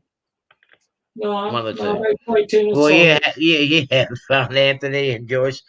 Say hello to Joyce, Anthony. Yeah, we're when I was put under when I had my shoulder operation, I'll tell you what, that really knocked me about. It took me forever to wake up from that. And but the worst one is when but this is going a long time ago, when I was going through the burn surgery and when they were changing the bandages, they had to put me under because that was the only way they was able to alleviate the pain and everything else from changing the bandages. But apart from that, the last little operation on my hand didn't put me to sleep. It just numbed the pain. The local anaesthetic in the hand is like done in 10, 15 minutes. When you have your heart done, they don't put you under. Yeah. You're awake all the time. But the funniest thing I had was the night of the really major storm here, right? Which one? No, where we had the real big one where I know. when all this started, right? And I'd had pains in my heart or pains across my chest and pains down my arm. So the ambulance guys took me to hospital and they'd given me some ketamine. Anyway, that was fine until we got to off the freeway where you go off and you turn right to go down the hospital at Berwick. Yeah. And I went, can you stop doing the U-turns, please? Because I kept spinning around. But the funniest part was when we got to the hospital, the 2 bays where the ambulances were full with ambulances. So they had to take me out in the middle of the driveway. And in the 100-kilometre winds, I started going down the driveway and the ambulance guys had to try and stop me from rolling away. Dave, just a question. Yeah. With you doing those passenger cars, Walthers ones, you're putting the lighting kit in it. Yeah. Right. Now, Right. do you ever have issues with when you put the roof back on it for the lights to get the proper contact with the tabs that you got on the end? Yeah, you got to play with these tabs here. Keep bending them. Yeah. Can't really see. I got the camera. So Yeah, far away, I know the tabs you're talking about, but yeah, I kept on playing around with it, but I never seemed to get them to do what I wanted to do. Kind of pain in the neck. The last I'm one I thinking did, if I could find, I'm going to take one of these. I think I might have some copper or something laying around. That goes, it drops down in these holes here, and then you get the contacts for the wheels. That's the easy part. That's the easy part. It's when you put the roof But I'm back thinking on. about trying to make some of these and just run a wire instead of using these contacts that they have, and just run a wire up. I was going to say use a wire because then that'll stop the contact from You just solder right to those 2 pads, you know. Yeah, that's what I end up doing, because I could not get the contact with the strips on the end of it at all. Yeah, they're real pain in the neck.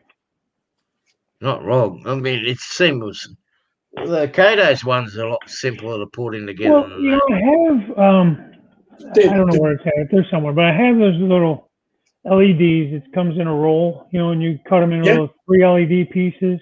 Yeah. So you get the resistors and everything in it.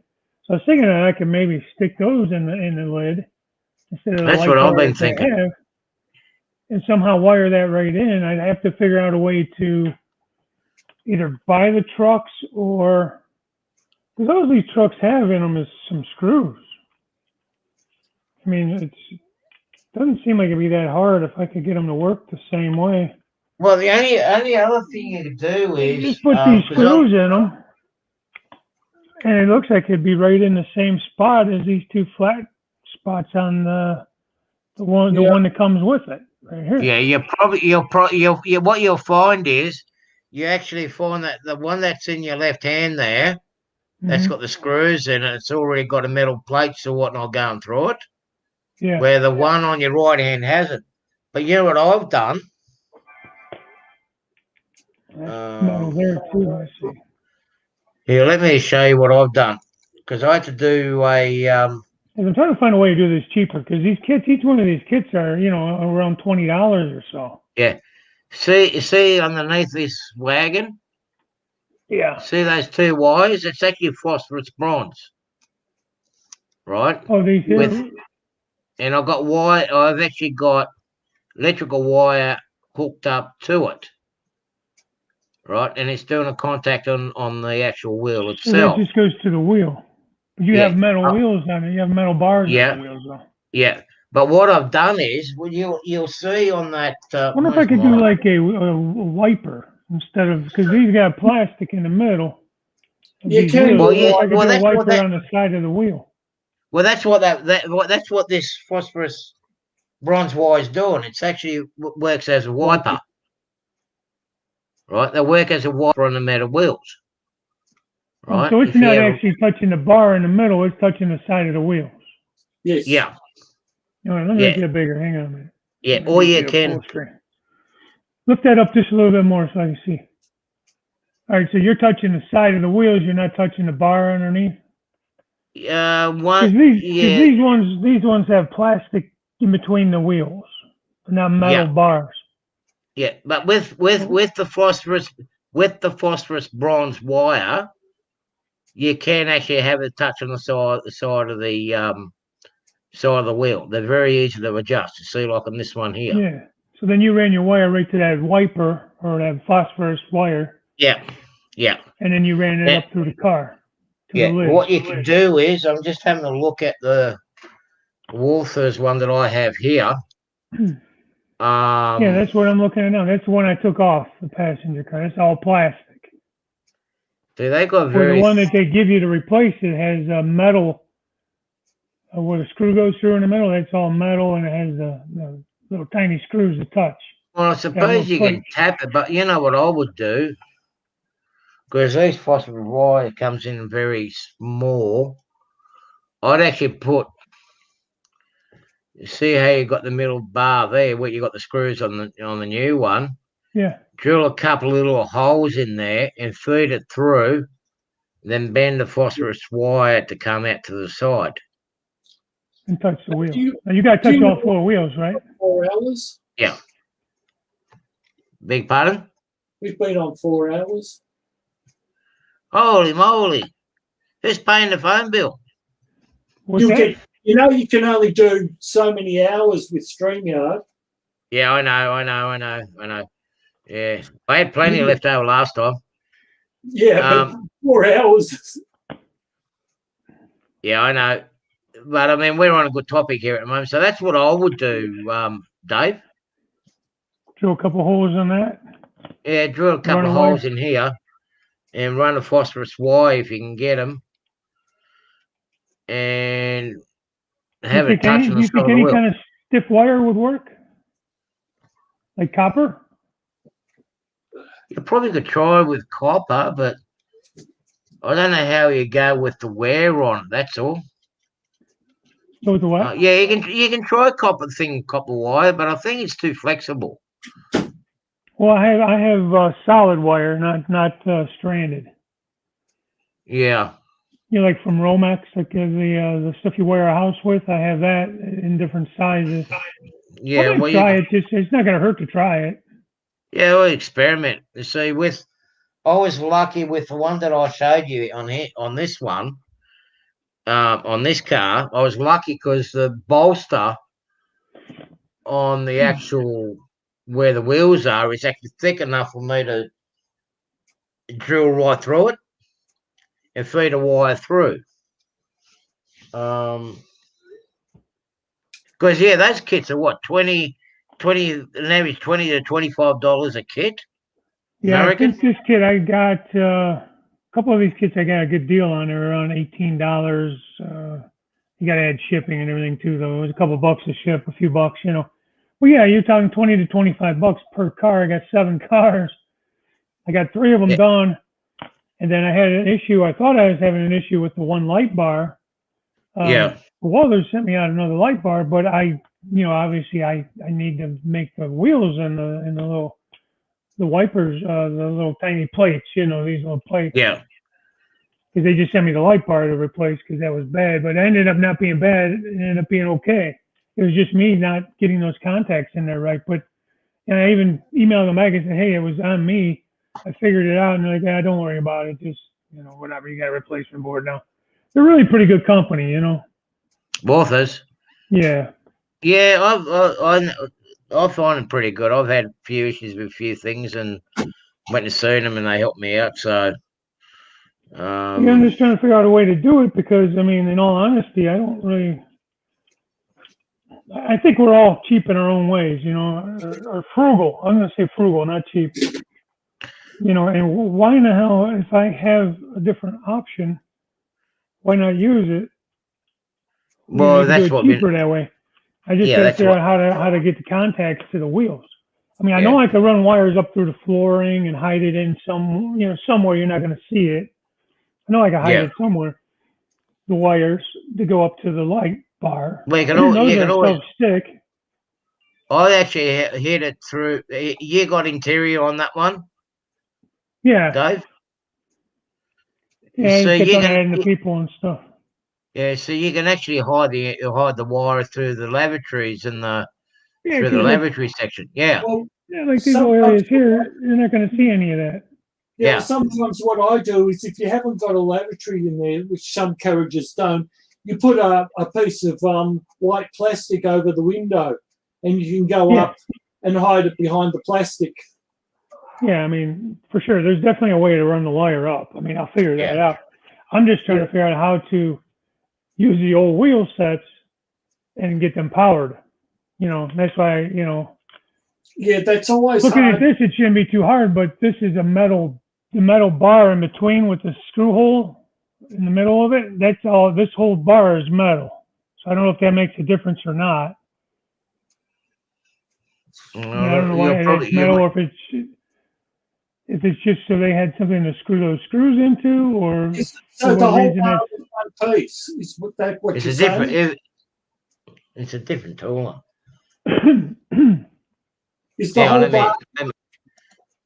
Yeah. the whole, you see the 4 screws? That That's whole all section one there bar. with the round screw hole that's where it attaches to the bottom of the car. But that whole bar there with the 2 screws on each side of it, that's a metal bar. Well, you can't do The sides are plastic, like the side it truck. then because that'll short out. What's that? If that middle bit is one complete bar, it'll short out. Yeah. No. So- It's. What you'll have to do is put one wire on the front set and one wire on the back set. Yeah. Now, on the original trucks that came with the car, that's all. The whole thing is plastic. Oh well, that's the better way to go then. Yeah. That's what I'm trying to figure out how to use these instead of like I said, heavy. You can get wipers for them, but the phosphorus ones are the better ones to go for. Just cut it and make it. I have to check eBay, see if I I don't can pick some know. of that You up. don't have to have a look at the clearance too, eh? But Yeah, then well, it's all you're not gonna have that plate, are you? Inside, so The only thing that go in the bottom is you got these weights that go in the bottom. Underneath can the always drill floor, through that. underneath the interior floor. But there's got to you be can al- somewhere else I could come up through that. I could drill through that, I'm sure. Yeah. It's not that thick, no. you know. Just going to There's mean gotta a be bit of there's work. gotta be a way to do it. Yeah. We'll find a way. Anyway, I will be. I am going to have to call it quits. It is getting a bit to that time of the night. I've got to call it quits for the night. Okay. Well, I'm glad I was 'Cause I able to wanna- jump in. For some reason, I didn't Pardon? realize you did a Sunday morning show or Sunday evening show for you. Yeah, I do. Yeah, I do. Yeah, I do. This is the longest I've been on it. I should have been gone 2 hours ago. Yeah. Now, what time? So you come on what time of night? It's unfair what time it would be for me. I woke up Okay, late it'll today work out about 5, say between 5 to 6 o'clock your time in the in the morning. morning. Yeah, All right. yeah. So, Like that, I ended up sleeping until 7 this morning. I don't know. I was tired for some reason. well, the thing is, you're working. I'm not at the moment, so I'm only doing this until I go back to work, and then after I go back to work, who knows how often I'll come on. Thanks for Yeah. joining, Mel. Yeah, thank And you. Mel. I Well, I'm don't glad I know who got to else come is in. on here. Is Rick still here? I think Rick's still here. Yeah, Rick's still here. Yep. And anybody else is Rick still is here? saying if you use the LED roll, add a little super glue onto To the the adhesive yeah, side. definitely. I can't see you, man. Okay, let me. Oh, Hillbilly. Well, hello, Hillbilly. We're just going to bed, bud.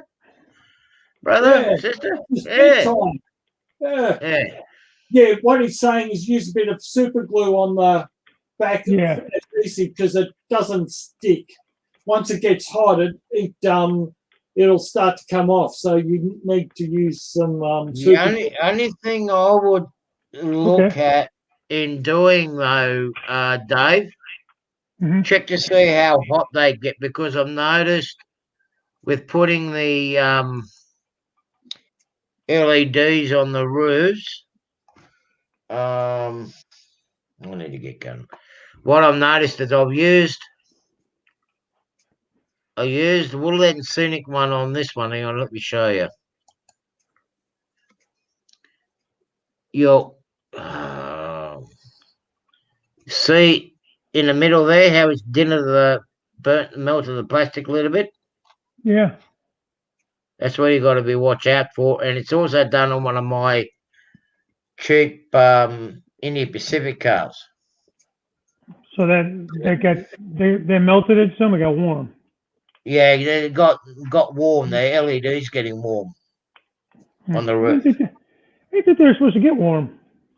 Yeah, Well, this one did. they'll get warm if they start drawing current because it's the Yeah. current that'll heat. Yeah, so that one that I've got, and that one's from Woodland Scenic's LED kit or light set that they got. But anyway, I'm gonna have to call it quits, guys. All right. Yeah. Hillbilly, thank you for joining, but we're gonna get going. It's like 11:15. We've been on here for about 4 hours already. I will be doing a bit of a play during the week, trying to work out this other program, so I can actually do more camera shots and whatnot on the thing. But apart from that, just see you guys at the other people's channels, eh? Check to you Yeah. soon. In other words, yeah. Yeah, you have fun there, Dave. Yeah, have fun, Dave. Yeah. Thanks. I'll send you It's mine. actually my wife's birthday today, so I'm trying to do this while she's still sleeping. Oh, Then your I'll probably be wife's done for the birthday. day. Well, we better let you go to make sure you cook her a nice egg and bacon, Yeah. bacon egg breakfast with some baked beans on the side and Hash poached brown. tomatoes and hash browns. And Sounds good. I might have to Actually- take her somewhere for that. actually, why don't you just go down and get yourself a bun and make her an egg and bacon roll and tell her that's an Aussie breakfast. No, I see breakfast. Okay. All right. Okay. I'll go down to J Car and get some of that stuff for you too. Okay. Dave? Yeah, yeah, I have to get a hold of you. Yeah. All right. We'll ping each other in an email. Sounds good. All right. Sounds Okay. good. I'll talk Good to you chatting, later, mate. Greg. Stay safe and have a good week. You too, Artie. We'll chat to you See you soon. later, Rick R and Hillbilly and Yes, Mel's and everybody Mel, else. if you're still there, and Rick and Hillbilly. Yep. Yep. All right. Talk Have to a you good later. one. See ya. Bye. See you guys.